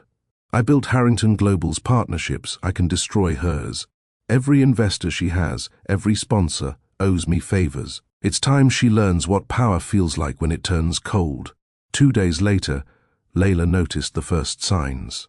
Emails from sponsors delayed. Calls from potential partners suddenly postponed. A few whispers about reputational concerns. She'd seen sabotage before. This was too coordinated to be coincidence. By Friday, 3 major deals were under review. Kara stormed into her office. Someone's pulling strings. Everything was fine last week. Layla's chest tightened, but she stayed calm. Then we keep moving. If someone wants to play dirty, they'll expose themselves trying. Kara frowned. You think it's Veronica? Layla's silence was answer enough. That evening, she met with Marcus at the construction site. Rain clouds gathered again, low and dark. He noticed her tired eyes immediately. Rough week? Someone's trying to freeze us out, she said, matter-of-factly. He tensed. My mother. Probably. I'll handle it, he said firmly. Layla turned to him, steady. No. I will. He looked at her, guilt flickering behind his eyes. She's still my responsibility. Not anymore, Layla said. You made your choice. Now she has to live with the one she made. He hesitated. She's not going to stop. Layla's voice dropped low, calm but cutting. Neither will I. The next morning, Layla called an emergency press briefing. Her staff panicked. This wasn't her style, but she was done letting others define the narrative. When the cameras turned on, she stood tall, her tone clear and direct. 3 years ago, I lost everything because people with power thought silence was safety. I refused to stay quiet then, and I refuse now. Nova Rise was built on transparency and truth. No rumors, no intimidation. No lies will shake that. Her words were clean, sharp. Every line landed. Across town, Veronica watched the live broadcast, her grip on the wineglass tightening until it cracked. She thinks the world forgets, she muttered. But the world wasn't forgetting. It was applauding. That afternoon, Marcus arrived at Layla's office. He didn't ask to be let in. Kira waved him through. You didn't have to defend me, he said quietly. I wasn't defending you, Layla said, closing a file. I was defending truth. He nodded, guilt heavy in his eyes. She's unraveling. I'm sorry you're caught in it again. Don't apologize for her choices. You already paid for them once. He studied her for a moment. You're not afraid anymore. I was never afraid, she said. I was disappointed. That's worse. The silence stretched until he said softly, You still talk like someone who believes people can change. Layla met his gaze. People can, but they have to want to. 2 weeks later, Veronica's schemes began collapsing. An internal audit revealed financial irregularities she'd hidden for years. Favors, payments, false charities. The story broke fast. Former Harrington chair implicated in misuse of funds. Marcus sat in his office, eyes closed as the report played on TV. He didn't feel triumph, only sadness. When his assistant asked if he'd release a statement, he said, No. Let the truth speak for itself. For once, silence was the right choice. That night, he drove to the nearly finished park, Grace Garden, the one Layla designed for the community's children. The lights glowed softly in the rain. Layla was there, walking with Nova, umbrella in hand. Nova ran ahead, giggling as puddles splashed under her boots. Layla looked up when Marcus approached. She likes the rain, she said quietly. She takes after her mother, he said. They stood for a moment, listening to the sound of water hitting the leaves. You heard about the audit, Marcus said. I did. I didn't want it to end this way. Layla sighed. Endings rarely ask what we want. He nodded, glancing at Nova. She's beautiful. She's strong, Layla corrected gently, and smart. She'll never need anyone to believe in her for her to stand tall. He smiled faintly. Like you. She looked at him for a moment, then away. I had no choice but to learn. As Nova ran toward the swings, Marcus said softly, If I could go back, I'd change everything. Layla's tone was calm, final. You can't go back. But you can live differently forward. I'm trying, he said. She nodded once. Then keep trying. Not for me. For her. Nova waved at them from the swing. "Mummy, come push me." Layla smiled, walking toward her daughter. Marcus stayed where he was, watching the two of them, realizing for the first time that love wasn't something to own. It was something to protect, even from a distance. As the rain fell harder, Layla lifted Nova into her arms. "Time to go home, sweetheart." She turned back once. Marcus stood by the gate, drenched, but still. Their eyes met. No anger, no pain, just understanding. The past had broken them, but growth had made them whole. And for Layla, that was enough. 3 years passed. The downtown project was finished. Grace Garden stood bright and alive in the heart of Atlanta, filled with laughter, families, and life. What began as a partnership born of pain had become a monument of second chances. Layla Monroe's name now carried weight far beyond the city. Nova Rise Properties had expanded across the southeast, restoring old neighborhoods, training young developers, and funding scholarships for single mothers who wanted to study real estate. Her photo had appeared on the cover of Forbes Women, the headline, reading, "From Rain to Rise, the woman who rebuilt her own empire." Layla didn't chase recognition, but she accepted it with quiet pride. For every headline, every award, she thought of Nova, the little girl whose laughter turned pain into purpose. On a calm Saturday morning, Layla sat in her new office overlooking Midtown Atlanta. The walls were lined with photos of finished projects and smiling families. Nova, now 5, was in the play area nearby, coloring with bright markers. Kyra entered with a grin. "Guess who got invited to keynote at the National Real Estate Forum in Chicago?" Layla looked up from her paperwork. "Don't say it." Kyra placed the invitation on her desk. "They're paying your travel and want you to lead a panel on ethical development." Layla chuckled. "That's fancy talk for tell them how to do business with a soul." Kyra nodded. "Exactly. Also, Marcus Harrington will be there." The air shifted for a second. Layla's pen paused mid-signature. "Marcus?" "Yep. He's one of the corporate sponsors." Layla set the pen down. "Of course he is." Kyra tilted her head. "You okay?" Layla smiled faintly. "I will be." Time has its way of dulling the sting. She glanced at Nova, still coloring happily. "Besides, I have better reasons to show up now." That evening, she sat on her balcony with a cup of tea.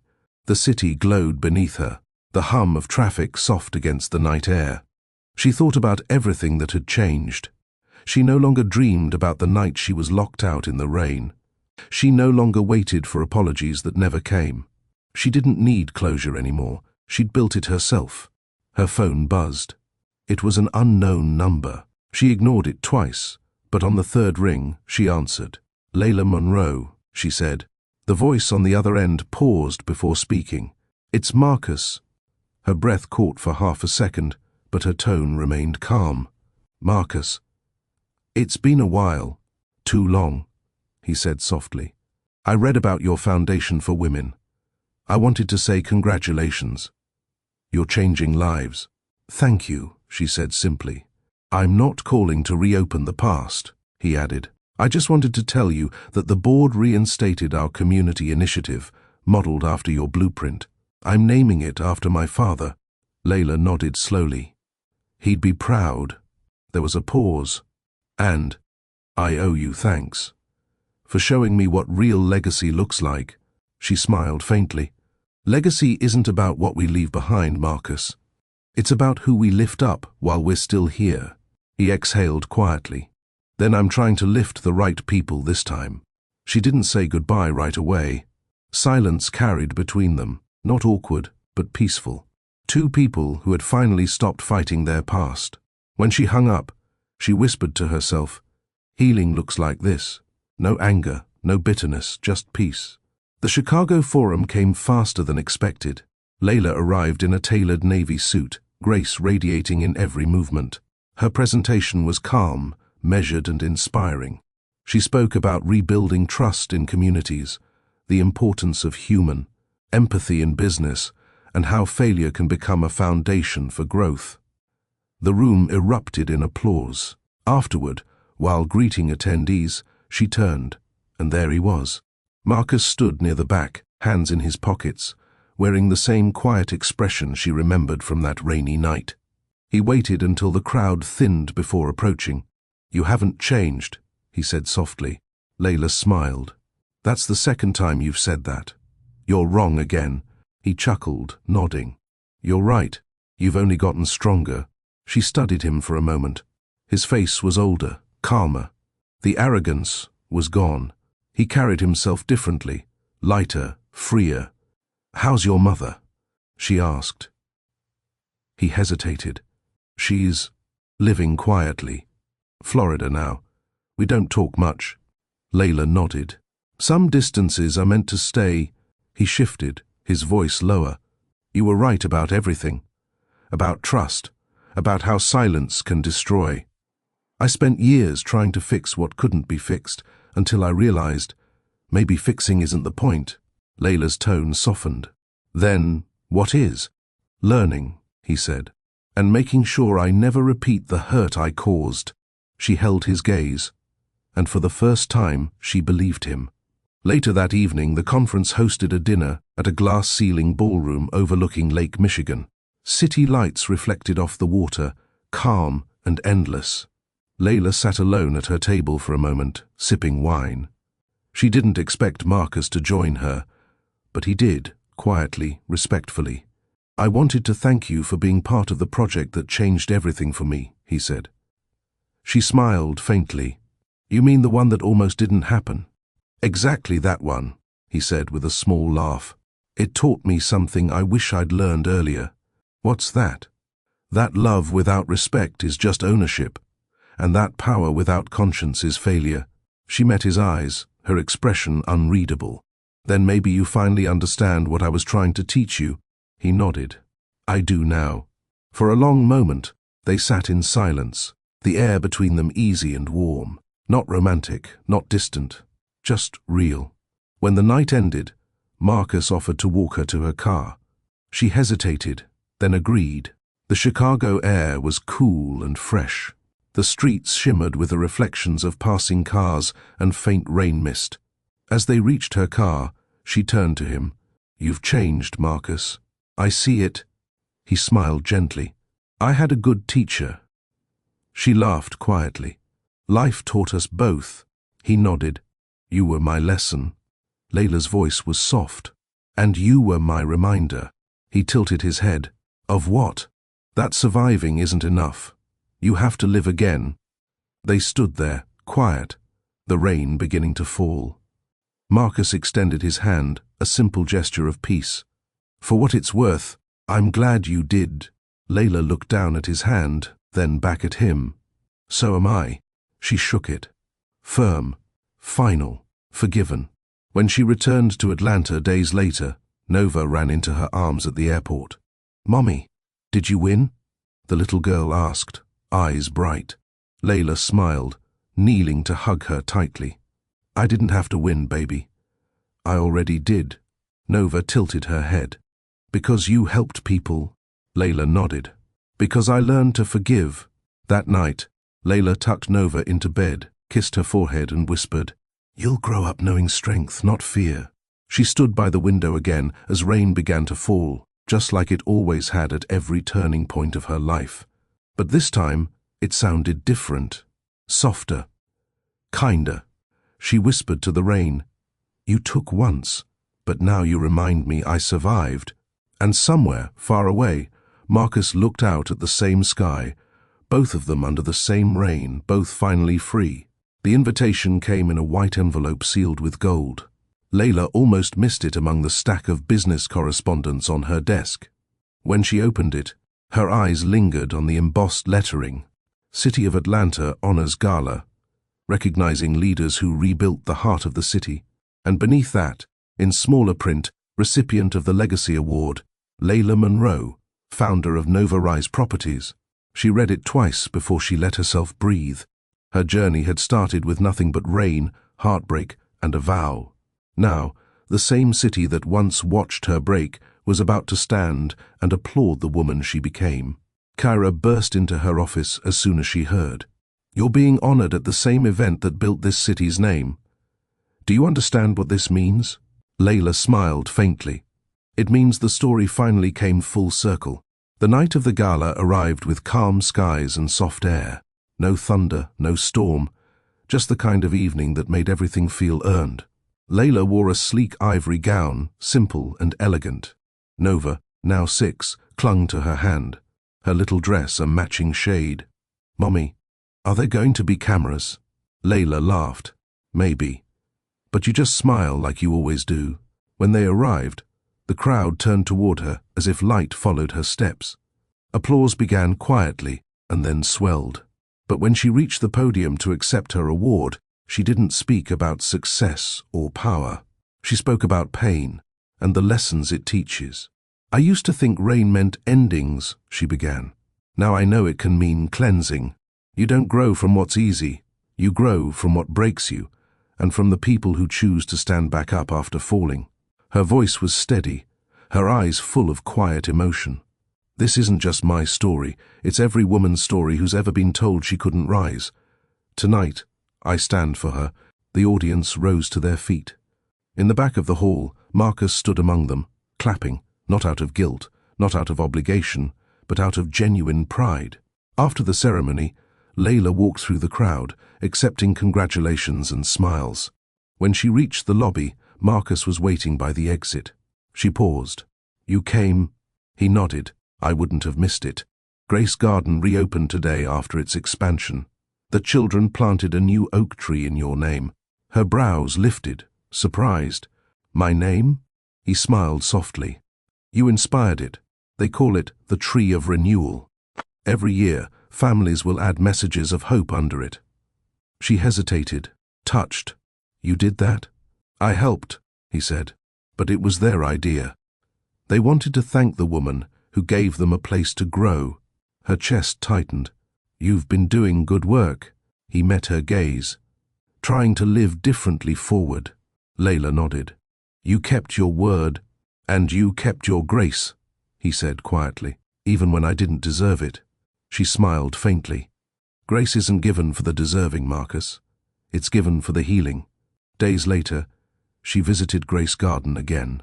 The afternoon sun filtered through the trees, and the laughter of children filled the air. Nova ran ahead, pointing excitedly at the new oak tree. Beneath it was a small plaque, "Tree of Renewal," dedicated to those who rise again. Layla knelt to read it, tracing the engraved words with her fingertips.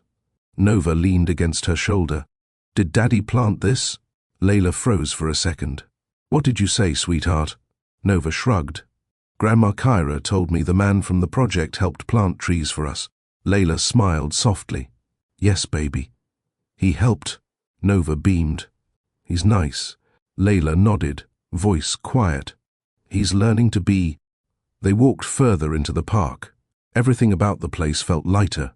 Children laughing, parents chatting, wind moving softly through the trees.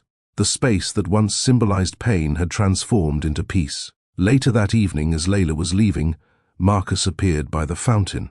He'd been speaking with volunteers, sleeves rolled up, a far cry from the man who once hid behind suits and control. "You visit often," he said with a small smile. "Grace Garden belongs to the community," she replied. "I'm just one of many who love it." He nodded. "Still, every time you come, the place feels complete." Layla chuckled. "Don't start flattering me, Marcus. That's old territory." He laughed quietly. "No flattery, just truth." She studied him. "You look at peace." "I am," he said simply, "because I finally stopped trying to fix the past. Now I build for the future, like you taught me." Her voice softened. "We both learned." They walked toward the garden gate together. The path was lined with flowers, the air thick with the scent of rain-soaked soil. Marcus paused near the oak tree. "When I helped plant this, I buried a note under it." Layla raised a brow. "A note?" He nodded. "For the child we lost. I didn't deserve to grieve before, but I do now, with honesty." Her throat tightened. "What did you write?" He looked at the branches swaying above them. "That I'm sorry for what my choices cost, and that her mother turned that pain into something beautiful." Tears filled her eyes before she could stop them. "You never said her name before." I was afraid I didn't earn the right to, he said. Layla took a deep breath, her voice trembling. Her name was Grace. I named this park for her. Marcus closed his eyes, emotion breaking through the surface. Then I guess it's full circle. She nodded, a tear slipping down her cheek. Yes, full circle. As the sun began to set, they stood quietly by the tree. Layla spoke softly. I forgave you a long time ago, Marcus. But tonight, I think I finally forgive the rain too. He smiled, eyes glistening. You turned it into light. She looked toward the sky, orange and gold against the fading blue. No. We turned it into growth. He nodded once, then said gently, Take care of yourself, Layla. I will, she replied. And you, keep doing good quietly. He smiled, understanding. Always. That night, as Layla tucked Nova into bed, the little girl asked, Mummy, will we go back to the park tomorrow? Layla brushed her curls from her face. Yes, baby. It's our garden now. Nova smiled sleepily. It's where everything grows again. Layla kissed her forehead. Exactly. She stood by the window afterward, looking out at the calm rain that had begun to fall. The city glistened. The same rain that once marked loss now symbolized rebirth. She whispered to herself, Grace lives here. So do I. And somewhere across town, Marcus stepped out into the same gentle rain, lifting his face to the sky. He didn't flinch this time. He let it wash over him, quiet, cleansing, deserved. Because forgiveness had finally come full circle. Have you ever carried pain so heavy that you thought you'd never feel whole again? And then, one day, without realizing it, you healed? Layla's story reminds us that forgiveness isn't weakness. It's freedom. It's the quiet decision to stop bleeding for a wound that's already closed. If this chapter moved you, tap like and share it with someone who needs to hear that peace is possible after betrayal. Drop a comment below. What does healing look like to you? And don't forget to subscribe, because the next chapter shows how Layla turns her pain into purpose for others, building a legacy that love and truth can stand on. Years passed gently after the night of the gala. Atlanta changed. The neighborhoods Layla once walked through as a struggling mother now thrived. Cafes, schools and parks lined streets that used to be empty. The city's heartbeat was louder, healthier, and her name was part of that rhythm.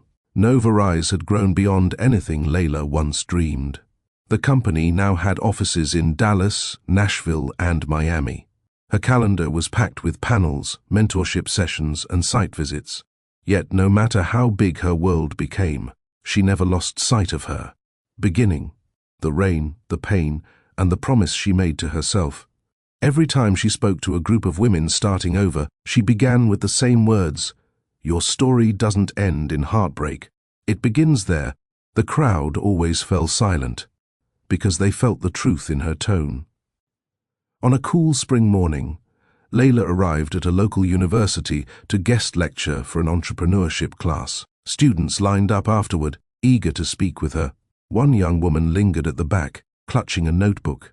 Her eyes were nervous but bright. Ms. Monroe, she said softly, I'm raising my son alone. People keep telling me it's impossible to finish school and build a business. Layla smiled, recognizing her own younger reflection. Impossible is just a word people use when they've forgotten how strong they are. You don't need them to believe in you. Just start. Tears welled in the girl's eyes. I've read every article about you. You make me feel like I can do this. Layla squeezed her hand gently. You can. One decision at a time. As the student left, Layla whispered to herself, That's the real reward. Meanwhile, across the city, Marcus had also changed. He no longer ran the company from glass towers. He'd stepped down as CEO 2 years ago and launched a foundation under his father's name, the Harrington Initiative for Urban Renewal. The initiative funded affordable housing, small business grants, and mentorship programs for youth. He worked quietly, avoiding press, investing his energy where it mattered most. He never forgot Grace Garden. On weekends, he volunteered there, planting flowers, helping kids fix bikes, cleaning playground benches. It was his way of saying sorry without words. One Saturday morning, while he was arranging a new bench near the oak tree, a little girl's laughter caught his ear. He looked up to see Nova running toward him, curls bouncing. "Mr. Marcus," she called out, voice bright. He smiled, crouching down. "You remember me?" "Of course," she said proudly. "You built my park." Layla walked up behind her, holding a picnic basket. "You still volunteer here?" He wiped his hands on a rag. "Every week.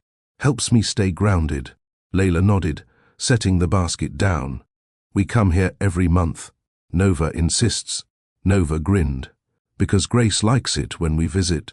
The words hit them both softly. Layla knelt beside her daughter. "Yes, she does." Marcus's voice was quiet. "She'd be proud of you both." They shared a look, gentle, wordless, full of understanding. They sat on the bench beneath the oak tree while Nova played. The silence between them wasn't heavy anymore. It was peaceful.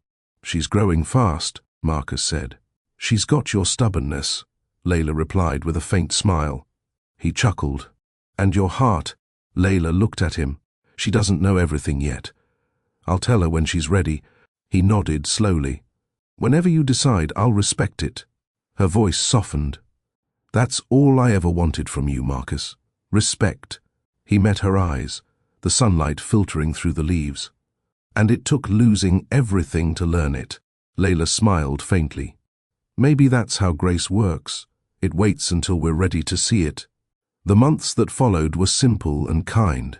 Marcus continued his community work. Layla expanded her mentorship programs into nationwide workshops. Sometimes they crossed paths at city events or charity launches.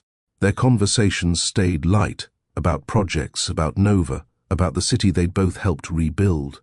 People sometimes whispered about them, wondering if they'd found their way back to each other. But Layla didn't feed rumors. Their story didn't need a romantic sequel. It already had an ending that mattered, one built on growth, healing, and truth. One evening, Layla stood at the edge of Grace Garden as the city lights flickered on. She was hosting a fundraiser for the Nova Rise Foundation. Guests mingled across the park, admiring how far it had come. Marcus approached quietly. "You still draw a crowd." She turned, smiling. "You still sneak up on people." He handed her a folded piece of paper, a donation, for the scholarship program. She opened it, surprised. The amount was generous. "Marcus, this is too much." "It's not charity," he said. "It's investment in the future you're building." Her expression softened. "You've come a long way." He smiled slightly. "Following your blueprint." They stood together as children's laughter echoed in the distance. "Do you ever think about what might have been?" he asked quietly. Layla took a breath. "Sometimes. But then I look at what is, and I realize it's better this way." He nodded. "You're right. What we have now. It's honest." She smiled. Finally, before the night ended, the mayor took the stage. "Tonight, we honor two individuals whose separate journeys created a shared legacy. Layla Monroe and Marcus Harrington. Proof that redemption and resilience can rebuild a city." The applause rose again. Layla looked at Marcus, shaking her head. "You planned this, didn't you?" He grinned. "Maybe." Nova ran up, tugging their hands. "Come on, Mommy, they're clapping for you." Layla bent down, hugging her daughter. "No, sweetheart, they're clapping for us, all of us who never gave up." Later, when the crowd dispersed and the park fell quiet, Layla walked to the oak tree one last time. She whispered, "We did it, Grace. Your name means what it always should have. Peace." Marcus stood behind her, hands in his pockets. "I visit her every Sunday," he said softly. Layla turned, smiling gently. "Then keep doing that." He nodded. "You know, I thought I was building a garden for her, but it turns out she built one in me." Layla's eyes shimmered. She did that for both of us. As they walked toward the gate, rain began to fall, light, steady, familiar. Nova squealed, stretching out her hands. "It's raining again." Layla laughed, lifting her face to the sky. "It's okay, baby. This kind of rain is good." Marcus watched her, realizing that the woman who once stood broken at his gate now stood unshakable under the open sky. She caught his gaze and smiled. "See, we made peace with the storm." He nodded. No more rain to fear. They parted at the gate. No tears, no lingering words. Just peace.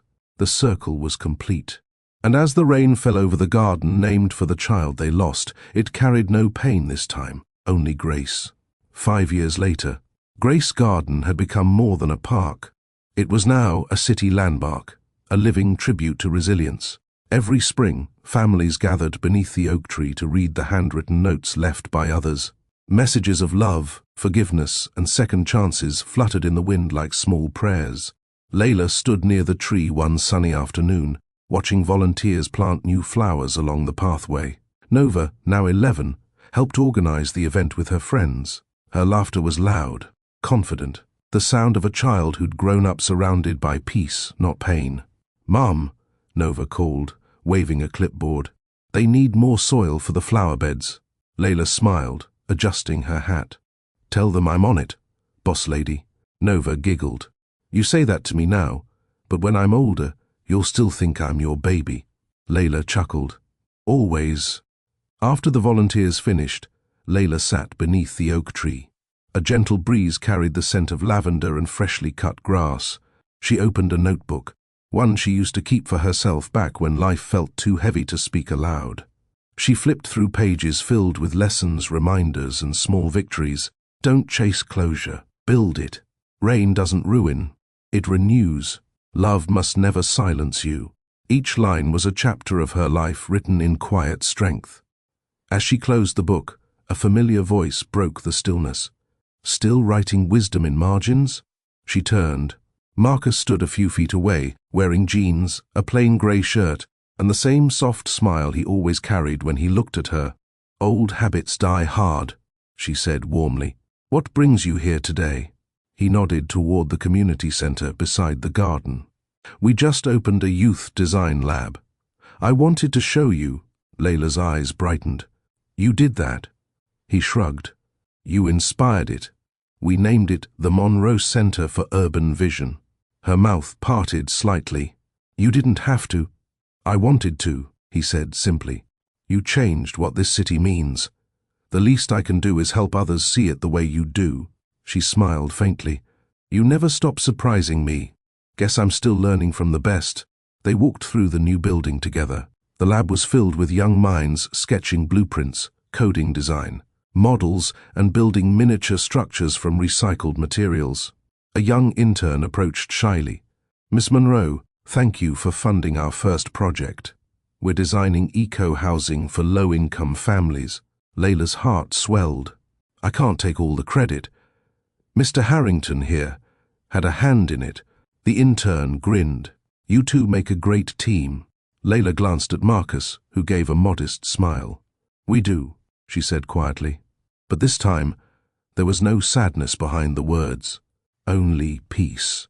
After the tour, they stepped outside again. The sun dipped low, painting the garden in gold. Children played tag between the benches. Parents watched from picnic blankets. "It's strange," Marcus said softly. "I used to think power came from control. Now I know it comes from service." Layla nodded. "That's the difference between building for yourself and building for others." He looked at her thoughtfully. "Do you ever miss what we had?" She didn't answer right away. Instead, she watched Nova helping another child tie a shoelace. "I miss who we could have been if we'd known better," she said at last. "But I don't miss what hurt us. Growth means learning to love from a distance when closeness costs your peace." He took a slow breath. "You always find the words, 'I can't.'" Layla smiled softly. "It's called healing, Marcus. It teaches you how to speak with gentleness, even to your past." As evening settled, the garden lights came on. People began leaving, laughter fading into the hum of crickets. Nova ran up to them, face flushed from play. "Mr. Marcus," she said, holding out a folded paper. "We wrote thank you notes to everyone who helped build the new center. Here's yours." Marcus took it carefully, unfolding the small handwritten message. "Thank you for making a space where people can dream again." Nova. His voice caught slightly. This means more than you know. Nova smiled. Mom says dreams grow best in safe soil. You helped make that soil. Layla's eyes shimmered. You've been listening to my speeches again. Nova giggled. Maybe. After Nova ran ahead, Marcus turned to Layla. You raised her well. Layla smiled softly. No, I raised her honest.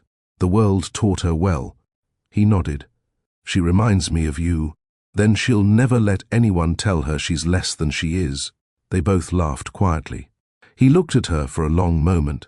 You know, if someone told me years ago that we'd end up here, talking, calm, with no bitterness, I wouldn't have believed them. Neither would I, she admitted. But that's the beauty of grace. It doesn't need belief to work. It just asks for willingness. Before they parted, Marcus pulled something from his pocket. It was a small silver charm, shaped like a raindrop. I had this made from the metal of the first gate we ever built for the estate, he said.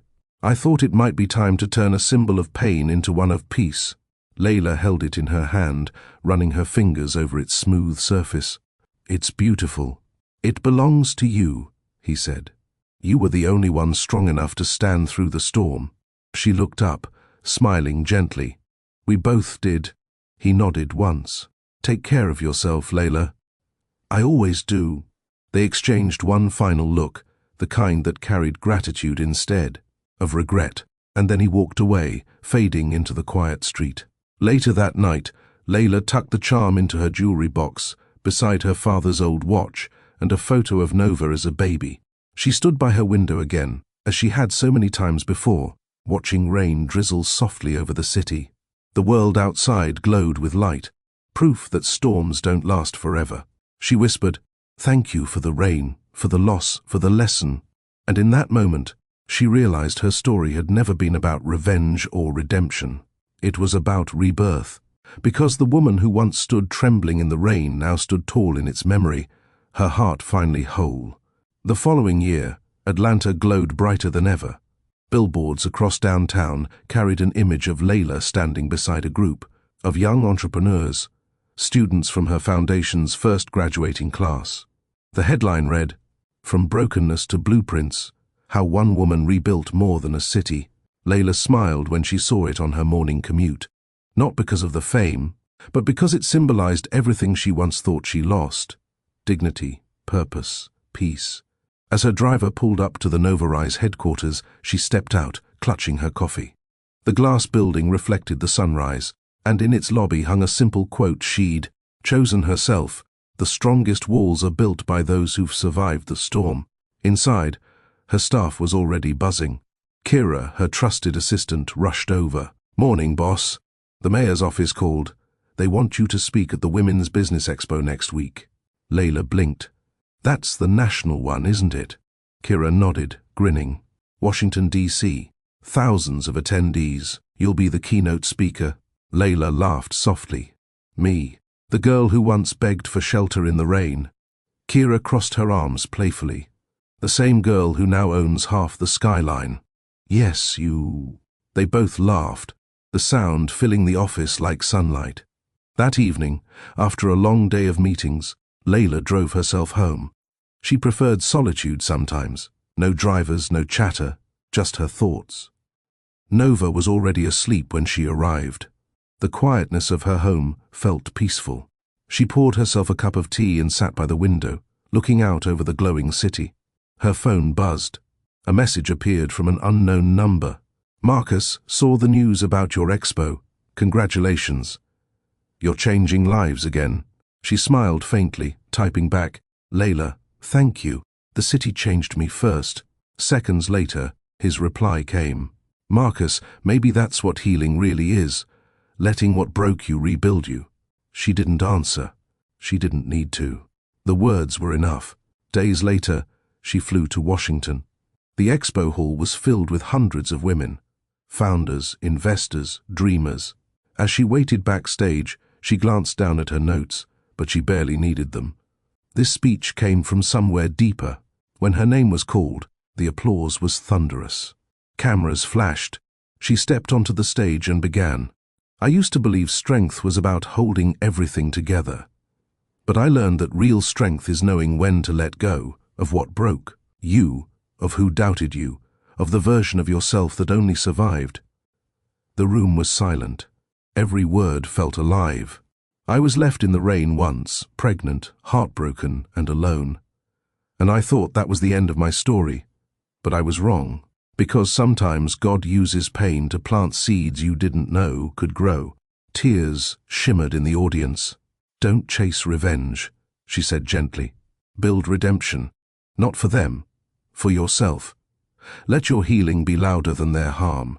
When she finished, the entire hall stood. The applause echoed like thunder, but this time it didn't hurt. It healed. Later, while greeting attendees, an older woman approached her, trembling slightly. "Ms. Monroe, I watched that press conference years ago when the world turned on you. I was going through the same thing. You gave me hope when I had none." Layla clasped her hands, smiling warmly. "Then, promise me something. Pass that hope on." "I already am," the woman said. "I started a shelter for single mothers in Chicago. We call it Grace Haven." Layla's throat tightened. "Grace, yes, after your story. Because of you." For the first time in years, Layla felt tears fall freely. They weren't from sadness. They were from knowing her pain had become someone else's shelter. That night, back in her hotel room, Layla stood on the balcony overlooking the Capitol lights.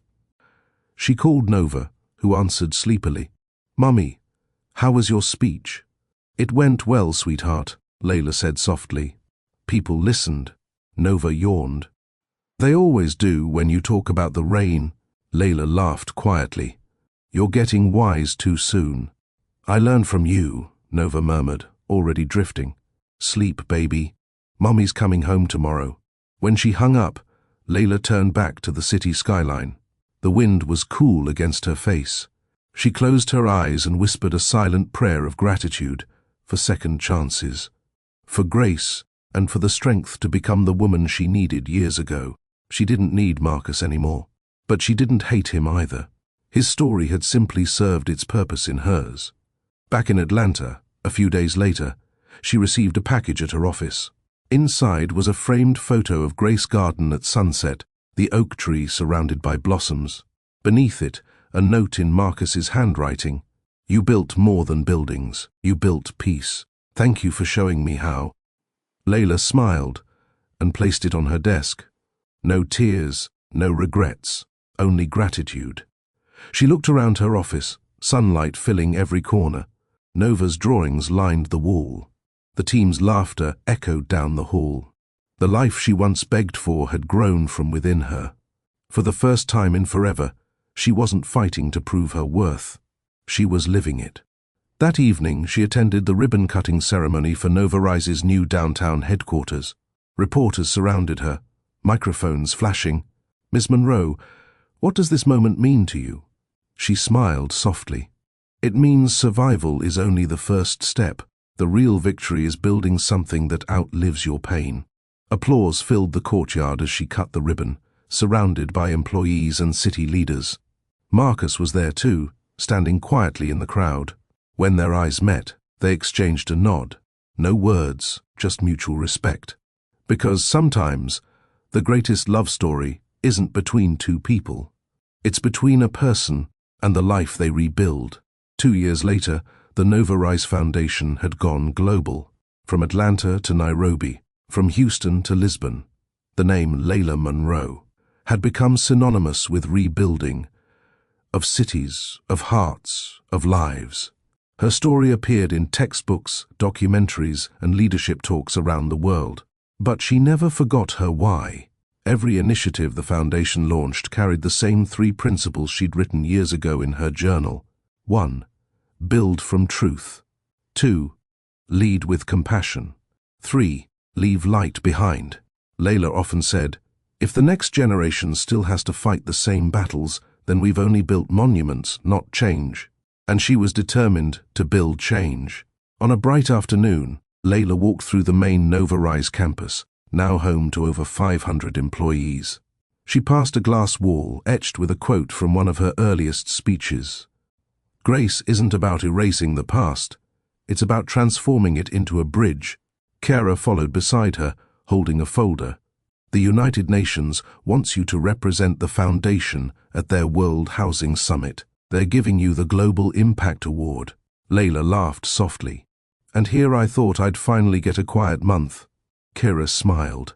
You deserve this, Layla. You turned survival into structure. Layla paused, looking out at the skyline. No, we did. Everyone who believed when there was no reason to. That evening, Layla arrived home to find Nova at the dining table, working on a school project. Papers, markers, and sticky notes were spread everywhere. Hey, sweetheart, Layla said, setting her bag down. What's all this? Nova beamed. It's my essay for class. Who inspires you most? Layla smiled knowingly. Can I guess who it's about? Nova shook her head. No, not you. Not exactly. Layla raised a brow, amused. Oh, then who? Nova held up her paper proudly. It's about Grace, because without her, you wouldn't be you. And if you hadn't been you, you couldn't help everyone else. Layla's throat tightened. That's beautiful, Nova. I wrote, Nova continued, reading aloud. Sometimes the people we never meet change everything.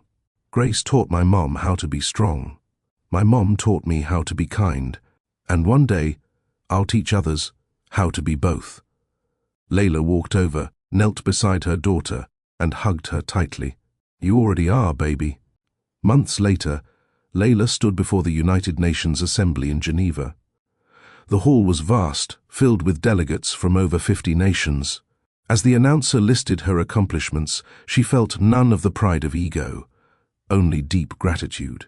When she took the stage, her voice was calm, her presence commanding yet warm. Years ago, she began, I was left outside in the rain, pregnant, alone, and unseen. I thought that moment would define me forever. But now I understand that storms don't define us. They prepare us for the gardens we're meant to grow. She paused as the hall fell silent. Grace Garden was built in memory of my daughter, Grace. Today, gardens like hers exist in 12 countries. They're places where women rebuild, not with shame, but with strength. And where children grow up seeing what love looks like when it chooses to stay. Applause thundered through the chamber. Layla smiled softly. This award isn't mine alone. It belongs to every woman who's ever stood in the rain and still chosen to rise. The standing ovation that followed wasn't for her. It was for every story she carried within her. After the ceremony, Marcus found her backstage. His hair had silvered slightly, his expression humble. You did it, he said quietly. You made the world listen. Layla turned, smiling gently. No, Marcus. The world was ready to listen. I just finally had the courage to speak. He nodded. Grace would be proud. She already is, Layla replied. You can see it in every life we've touched. They stood in silence for a moment, then Marcus said, I came to thank you for letting me be part of something bigger than my mistakes. She looked at him sincerely. You turned your guilt into good. That's redemption. He smiled faintly.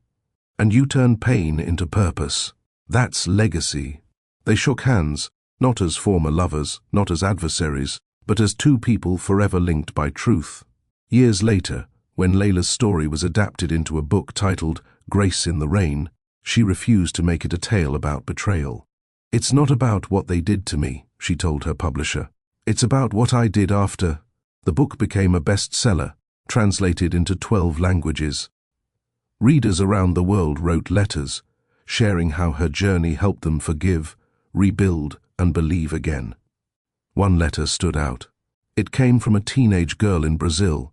My mother read your book and stopped blaming herself. She went back to school.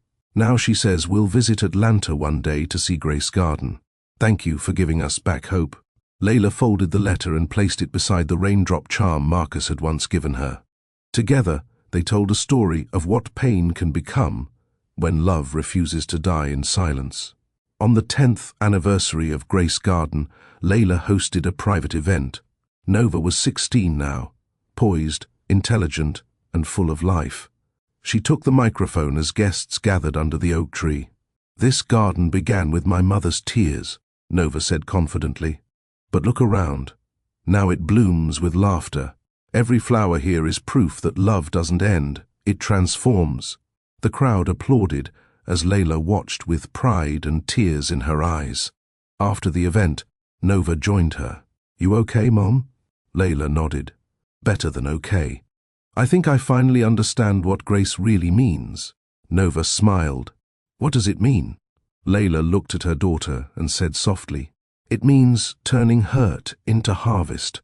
That night, as the city lights glowed beyond the garden, Layla stood beneath the oak tree for the last time before leaving for her next project abroad. The rain began to fall, light, warm, and familiar. She lifted her face toward the sky and whispered, Thank you.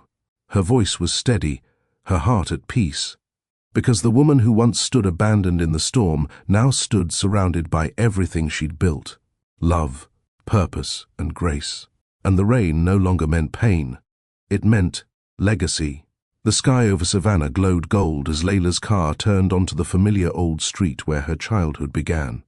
It had been almost 20 years since she last stood there, before the mansions, before the magazine covers, before the rain that changed everything. The small mechanic shop her father once owned still stood at the corner, the faded sign reading Monroe Auto and Tire. The building was older now, the paint chipped, but the heart of it remained the same. Layla stepped out of the car and inhaled the scent of motor oil and magnolia blossoms.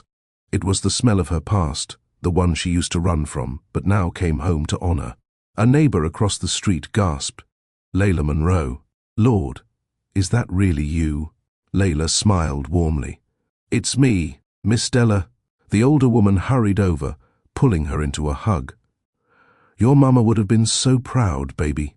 Look at you now. All those people talk about you on the news, and you still come home humble. Layla's eyes softened. I had to. Everything I am started right here.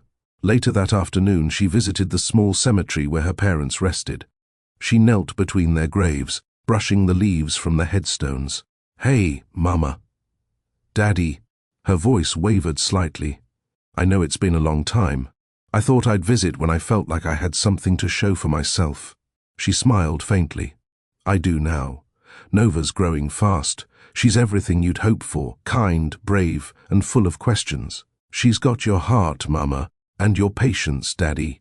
The wind rustled through the oak trees, soft and low, like a whisper of approval. Layla placed a single white rose between the graves. I used to think leaving was what made me strong. But coming back, this is what reminds me why I fought so hard to begin with. As the sun dipped, Layla drove through the neighborhood she once called home. She passed the small church where she'd sung in the youth choir, the grocery where her mother worked weekends, the bus stop where she'd dreamt of seeing the world. Every corner held a piece of the girl she used to be, hopeful, naive, and wide-eyed, and every corner reminded her that without her roots, she never would have had wings. She stopped at a diner downtown, the kind of place that hadn't changed since the 90s. Checkered floors, neon signs, the smell of coffee and fried okra in the air. When she entered, a few heads turned. People whispered, pointing discreetly, but she smiled and waved. The waitress, a woman about her age with a gentle smile, approached her table. Can't believe it's really you. You used to sit right there by the window after school. Layla grinned. And order pecan pie with extra whipped cream. The woman laughed. Still the same pie. On the house this time. Layla thanked her, settling into the seat. The first bite tasted like time had never moved. Across the table sat no reporters, no cameras, just Layla and her peace. As she sipped her coffee, a man approached her table. He looked about 50, with kind eyes and rough hands. Ms. Monroe, he said, removing his cap. My name's Calvin. I used to work at your daddy's shop. Layla's face brightened. Mr. Calvin, you fixed my first bicycle chain when I was 7. He chuckled. That's right. Your daddy said, this girl's gonna run the world one day. He wasn't wrong. Layla smiled, touched. He gave me the blueprint before I ever built anything. Calvin nodded. Your father always said, success ain't what you have, it's what you give. Looks like you took that lesson all the way to the top. Her eyes glistened. I hope I did him proud. You did, Calvin said simply. You brought hope back home. Folks here needed that. The next morning, Layla visited her father's old shop again. She walked through the dusty space, sunlight streaming through the broken windows. The tools were still there, the workbench worn but sturdy. She ran her fingers along the wood, remembering the sound of his voice teaching her about bolts and gears. Everything built to last, he used to say, starts with the right foundation. She whispered, You were right, Daddy. Always. Layla pulled out her phone and called Kyra. Kira, she said softly, I want to reopen this place. Not as a shop, but as something bigger. A center where young people can learn skills, build things, and dream again. A community space in my father's name. Kyra's voice was steady. The Monroe Center has a nice ring to it. Layla smiled. Yes. The Monroe Center for Hands and Hearts. A few months later, construction began. The community came together. Local carpenters, electricians, and even kids from the high school volunteered to help. The walls were painted bright blue, the floors polished, the sign restored. On opening day, the town gathered in front of the building. Layla stood on the steps, her voice filled with emotion. This isn't just about my father or me, she said. It's about everyone who was ever told they didn't belong in someone else's world. This is where we build our own. The crowd erupted in applause. In that moment, Layla realized something profound. Her story had started with a locked gate, but it would end with open doors. That evening, as she stood alone in the workshop, the smell of paint and wood filling the air, Marcus walked in. He looked around the space with quiet admiration. You did it again, she smiled. You always show up when the work's done. He laughed softly. Old habits. But I wanted to see this place for myself. Your father would be proud. Layla's tone softened.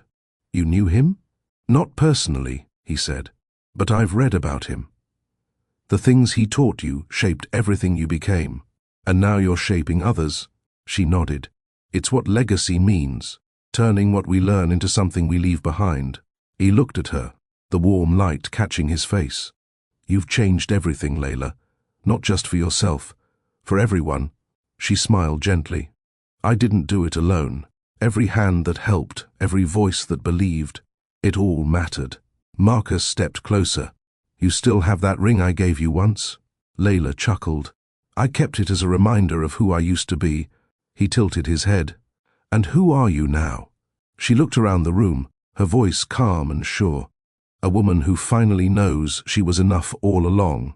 As the evening faded into night, they stepped outside together. The streetlights reflected off the fresh rain on the pavement. Marcus looked up at the sky. You think it's going to rain again? Layla smiled softly. Maybe, but I'm not afraid of it anymore. He nodded. You taught me not to be. They stood there for a moment, two souls who had weathered the same storm and found peace beneath its sky. When he left, Layla turned toward the Monroe Center sign, glowing gently in the dark. The world had taken so much from her once, but she'd given it back something greater, hope. A year after the Monroe Center opened, the workshop hummed with energy. The air buzzed with the sound of drills, laughter, and dreams taking shape. The first batch of trainees, 30 young men and women, were about to graduate. Layla stood by the door, watching them with quiet pride. They weren't just building furniture or fixing engines. They were rebuilding confidence, purpose, life. Kira approached with a clipboard. You ready for your speech, boss? Layla smiled softly. This isn't my speech, Kyra. It's theirs. I'm just the voice that reminds them they made it here. The ceremony began as music played softly through the speakers. Families filled the seats, the scent of sawdust mixed with fresh flowers.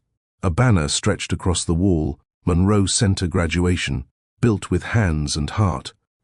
When it was time to speak, Layla stepped up to the small podium. Her voice carried the same calm strength that had once steadied her through chaos. I started my life in this very town, she began, and I left thinking I had to become someone else to matter. But I learned something important. Home doesn't demand perfection. It demands purpose. She paused, looking around the room. Every person here has faced something that tried to break them, but you didn't let it. You showed up. You built. You stayed. Tears shimmered in the crowd. You're not just graduates. You're proof that storms end. And when they do, we decide what grows after. The applause was long and heartfelt. Layla stepped back, letting the sound wash over her like sunlight. After the ceremony, Nova ran up to her, now a poised 17-year-old with her mother's eyes and her father's quiet presence. "Mom, everyone's saying they want next year's program to be bigger. Can I help lead it?" Layla blinked, surprised. "You want to take on leadership already?" Nova smiled. "You always said we build bridges for the next ones. I think I'm ready." Layla's heart swelled with pride. "Then you'll lead it with grace." They hugged, the kind of embrace that said everything words couldn't.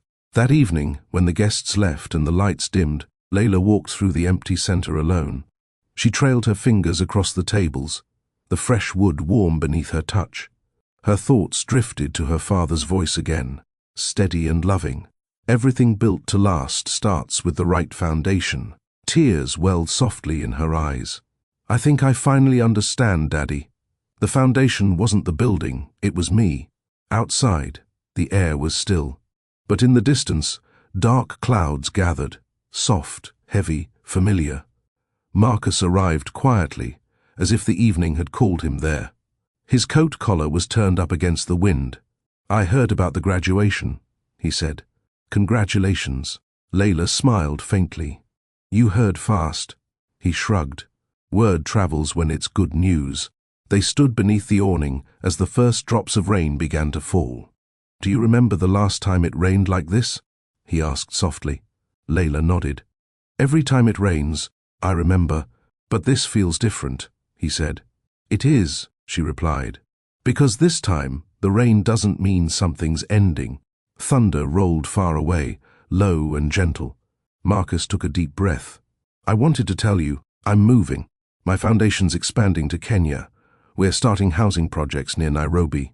Layla's face brightened. "That's incredible, Marcus. You'll change lives there." He smiled, humble. "You taught me how." A pause settled between them, comfortable, kind. He looked at her one last time. "We were never meant to stay broken, were we?" She shook her head, smiling softly. "No. We were meant to build better." He nodded once, eyes full of quiet peace. "Goodbye, Layla." "Goodbye, Marcus." He turned and walked toward his car, the rain falling heavier now, but neither of them sought shelter. They had both learned how to stand in it. Later that night, Layla sat by the window of her home, watching the rain fall over the city she helped rebuild. Nova was asleep upstairs. The streets shimmered under the glow of streetlights, reflections dancing like fragments of her past. She whispered, "This time, the storm doesn't win." Her phone buzzed on the table. A message from Marcus. "The sky here looks like Savannah's tonight. If you ever wonder whether grace travels, it does." Layla smiled faintly, setting the phone down. "It always does." She closed her eyes and listened, to the rain, to the silence, to the heartbeat of a life reclaimed. The next morning, sunlight broke through the clouds. Nova came down for breakfast, holding a stack of papers.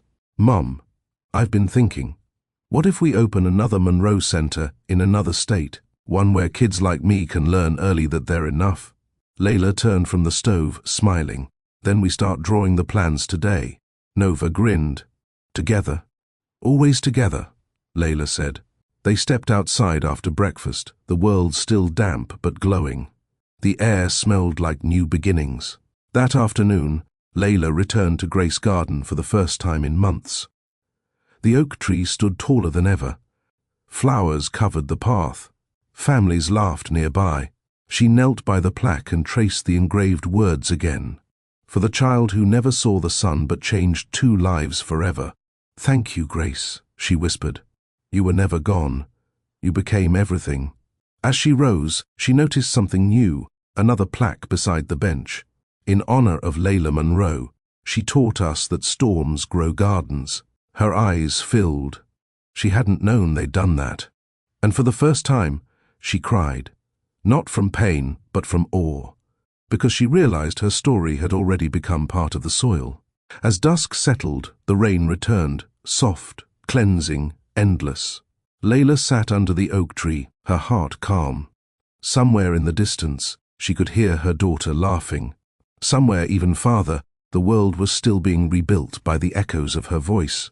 The storm had come full circle, but it no longer frightened her. It reminded her that everything beautiful she ever created had begun in the rain. The morning was quiet, painted with soft light that filtered through Layla's window. 10 years had passed since the night she stood in the rain with nothing but heartbreak and a promise to herself. Now she woke to peace, not silence, but calm. The city she once feared had become her masterpiece. From her window, she could see Grace Garden, the Monroe Center, and the skyline that bore her signature on nearly every major project. Yet, her favorite view was still the oak tree, standing proud through every season. She reached for her robe and stepped out onto the balcony. The air smelled like rain, that familiar scent that used to stir memories of pain. Now, it only reminded her of rebirth. Nova's voice echoed from downstairs. "Mom, you're going to be late for the ceremony." Layla smiled, calling back, "You're the one who planned it, sweetheart. I think you're more nervous than I am." "I just want it perfect," Nova replied. "It's your farewell." Layla's heart softened. She wasn't retiring, she was transitioning. The Monroe Foundation was expanding globally, and today she would officially hand the role of director to Nova. Hours later, the auditorium brimmed with familiar faces, students, investors, city leaders, and families whose lives had been touched by her work. The air was thick with anticipation. When Layla walked in, applause erupted. She wasn't wearing power colors or designer suits, only a flowing cream dress and a single silver pendant, the raindrop charm Marcus had given her years ago. Kyra took the stage first, her voice steady. There are moments in life when leadership isn't passed through title but through testimony. Layla Monroe didn't build walls, she built bridges. Today we celebrate not an ending but a legacy. The crowd rose to its feet. Layla blinked back tears. When it was her turn to speak, she stood still for a moment, absorbing the energy in the room. Then she began, her tone calm but full of power. "I used to think purpose was something you chased," she said, "but it's not. Purpose finds you when everything else is stripped away." She paused, her gaze sweeping over the crowd. "Years ago, I stood outside a mansion gate, pregnant, broken, and forgotten. That night, I lost almost everything. But what I didn't know then was that loss would teach me how to live again." The audience listened, unmoving. Pain isn't the opposite of growth. It's the soil where growth begins. I didn't build this empire from strength. I built it from surrender, the moment I stopped fighting to be seen and started living as if I already mattered. A woman in the front row wiped her eyes. Others followed. Layla smiled gently. "So if you've ever felt small, invisible, or unworthy, hear me clearly. The world doesn't decide your value. You do." Applause thundered through the room. She waited for it to settle before continuing.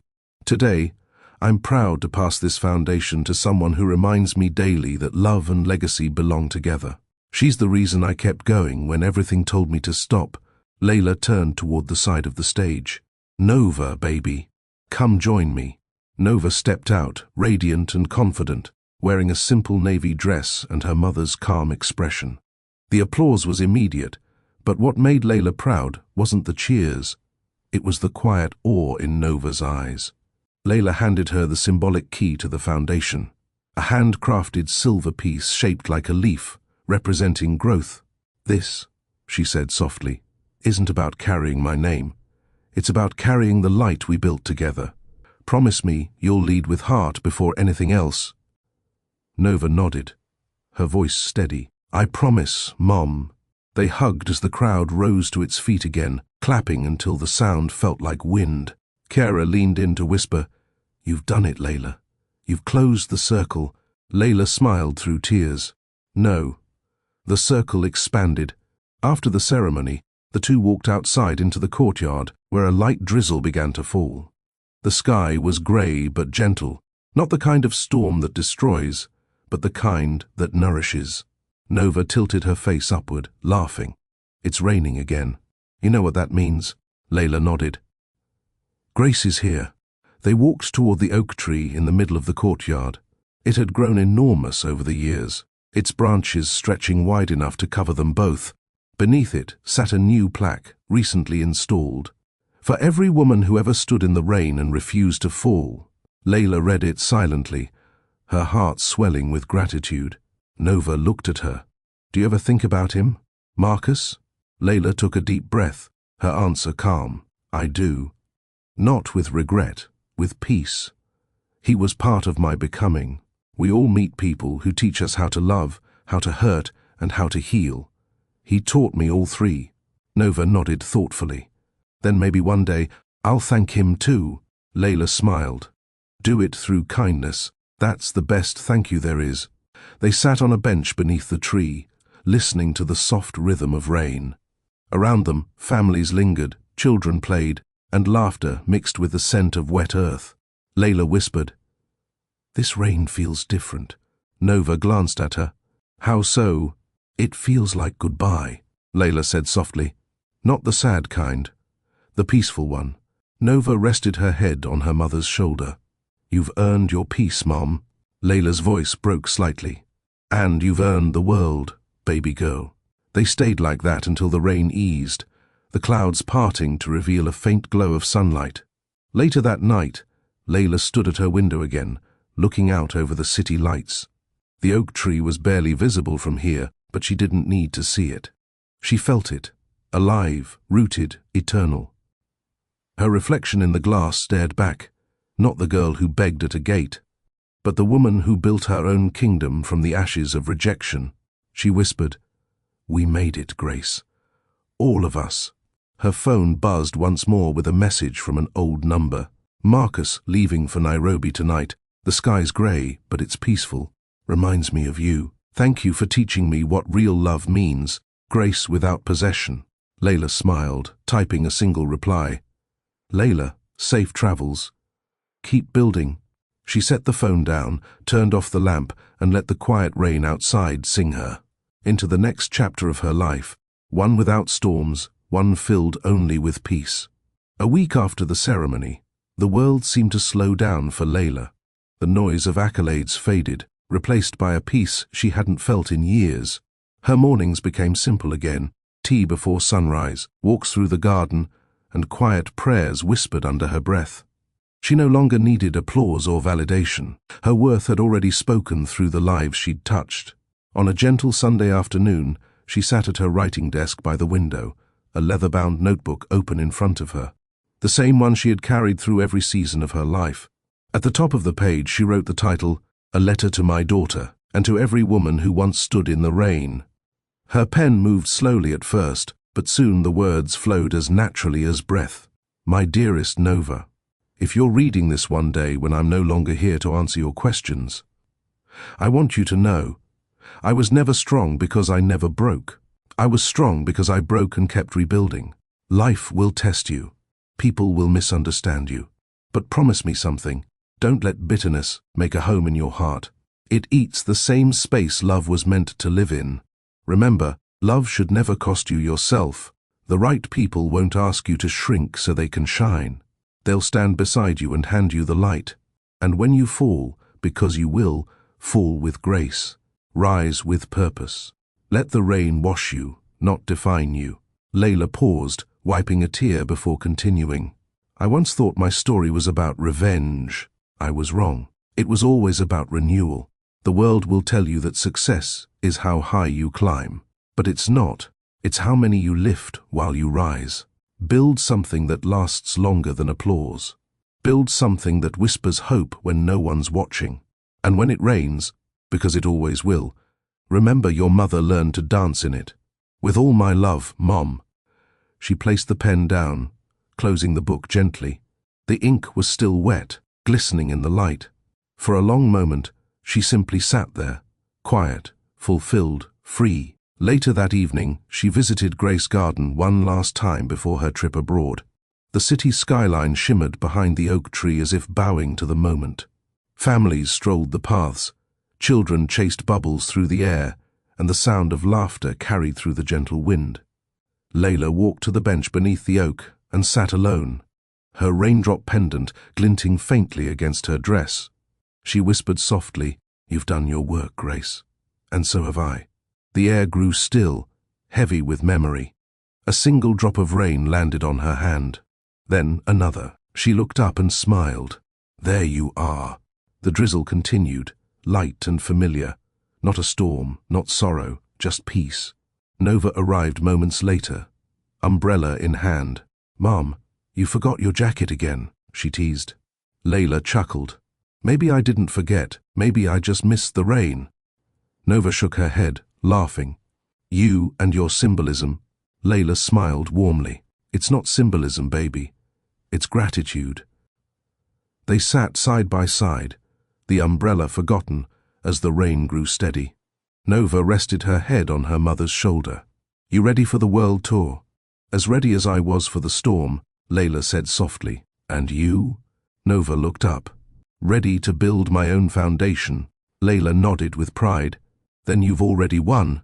The next morning, before leaving for the airport, Layla stopped by the Monroe Center. The trainees were hard at work, hammering, welding, painting. When they saw her, they paused to wave. "Don't stop," she called out with a grin. "Keep building." Kara met her by the car. "You sure you don't want a big send-off?" Layla shook her head. "No. Quiet is enough." Kara smiled. "You're going to be missed." Layla looked back at the building, at the sign that bore her father's name. No one's gone when their work keeps speaking. She stepped into the car, her eyes glistening but her heart steady. On the flight, as the clouds drifted past her window, Layla thought of all the versions of herself she'd lived through. The naive newlywed, the broken woman in the rain, the mother who rebuilt from nothing, the leader who found her peace. Each version had done its job.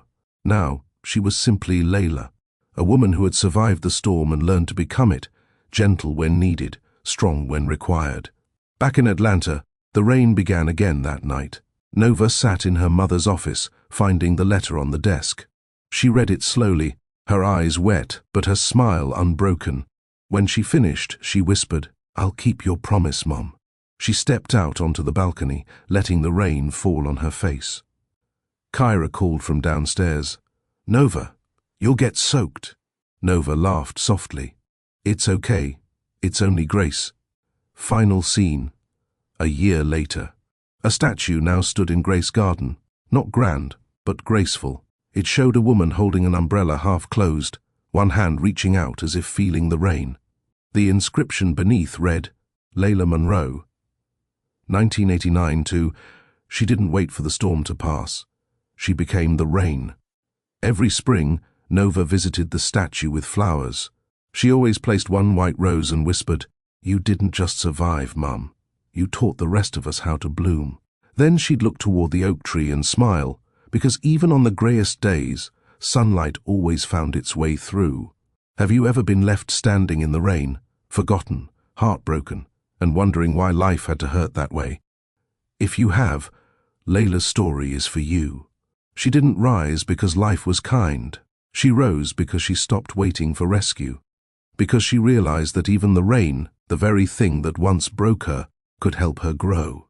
Every drop that fell that night became part of her strength. Every closed door became her foundation, and every lie spoken against her became the truth she rebuilt her name on. Layla Monroe didn't seek revenge. She built renewal. She didn't return to destroy them. She returned to prove that grace is the loudest form of power there is. So if you've ever felt unseen, if you've ever given everything and been met with silence, if you've ever watched someone walk away while you were still holding on, remember this: you don't heal by proving your worth to those who broke you. You heal by becoming everything they thought you couldn't. Don't wait for the storm to pass. Be like Layla. Become the rain that waters your own new beginning. If her story moved you, take a moment to like this video and share it with someone who needs hope tonight. Leave a comment. Tell me the moment in this story that spoke to you most. And don't forget to subscribe for more stories like this one, where Every heartbreak finds meaning, and every ending becomes a beginning. Because here on Mr. Charles Stories, we don't tell tales of revenge, we tell stories of redemption, resilience, and love that refuses to drown. Stay strong, stay kind, and remember, even the rain can bloom if you let it.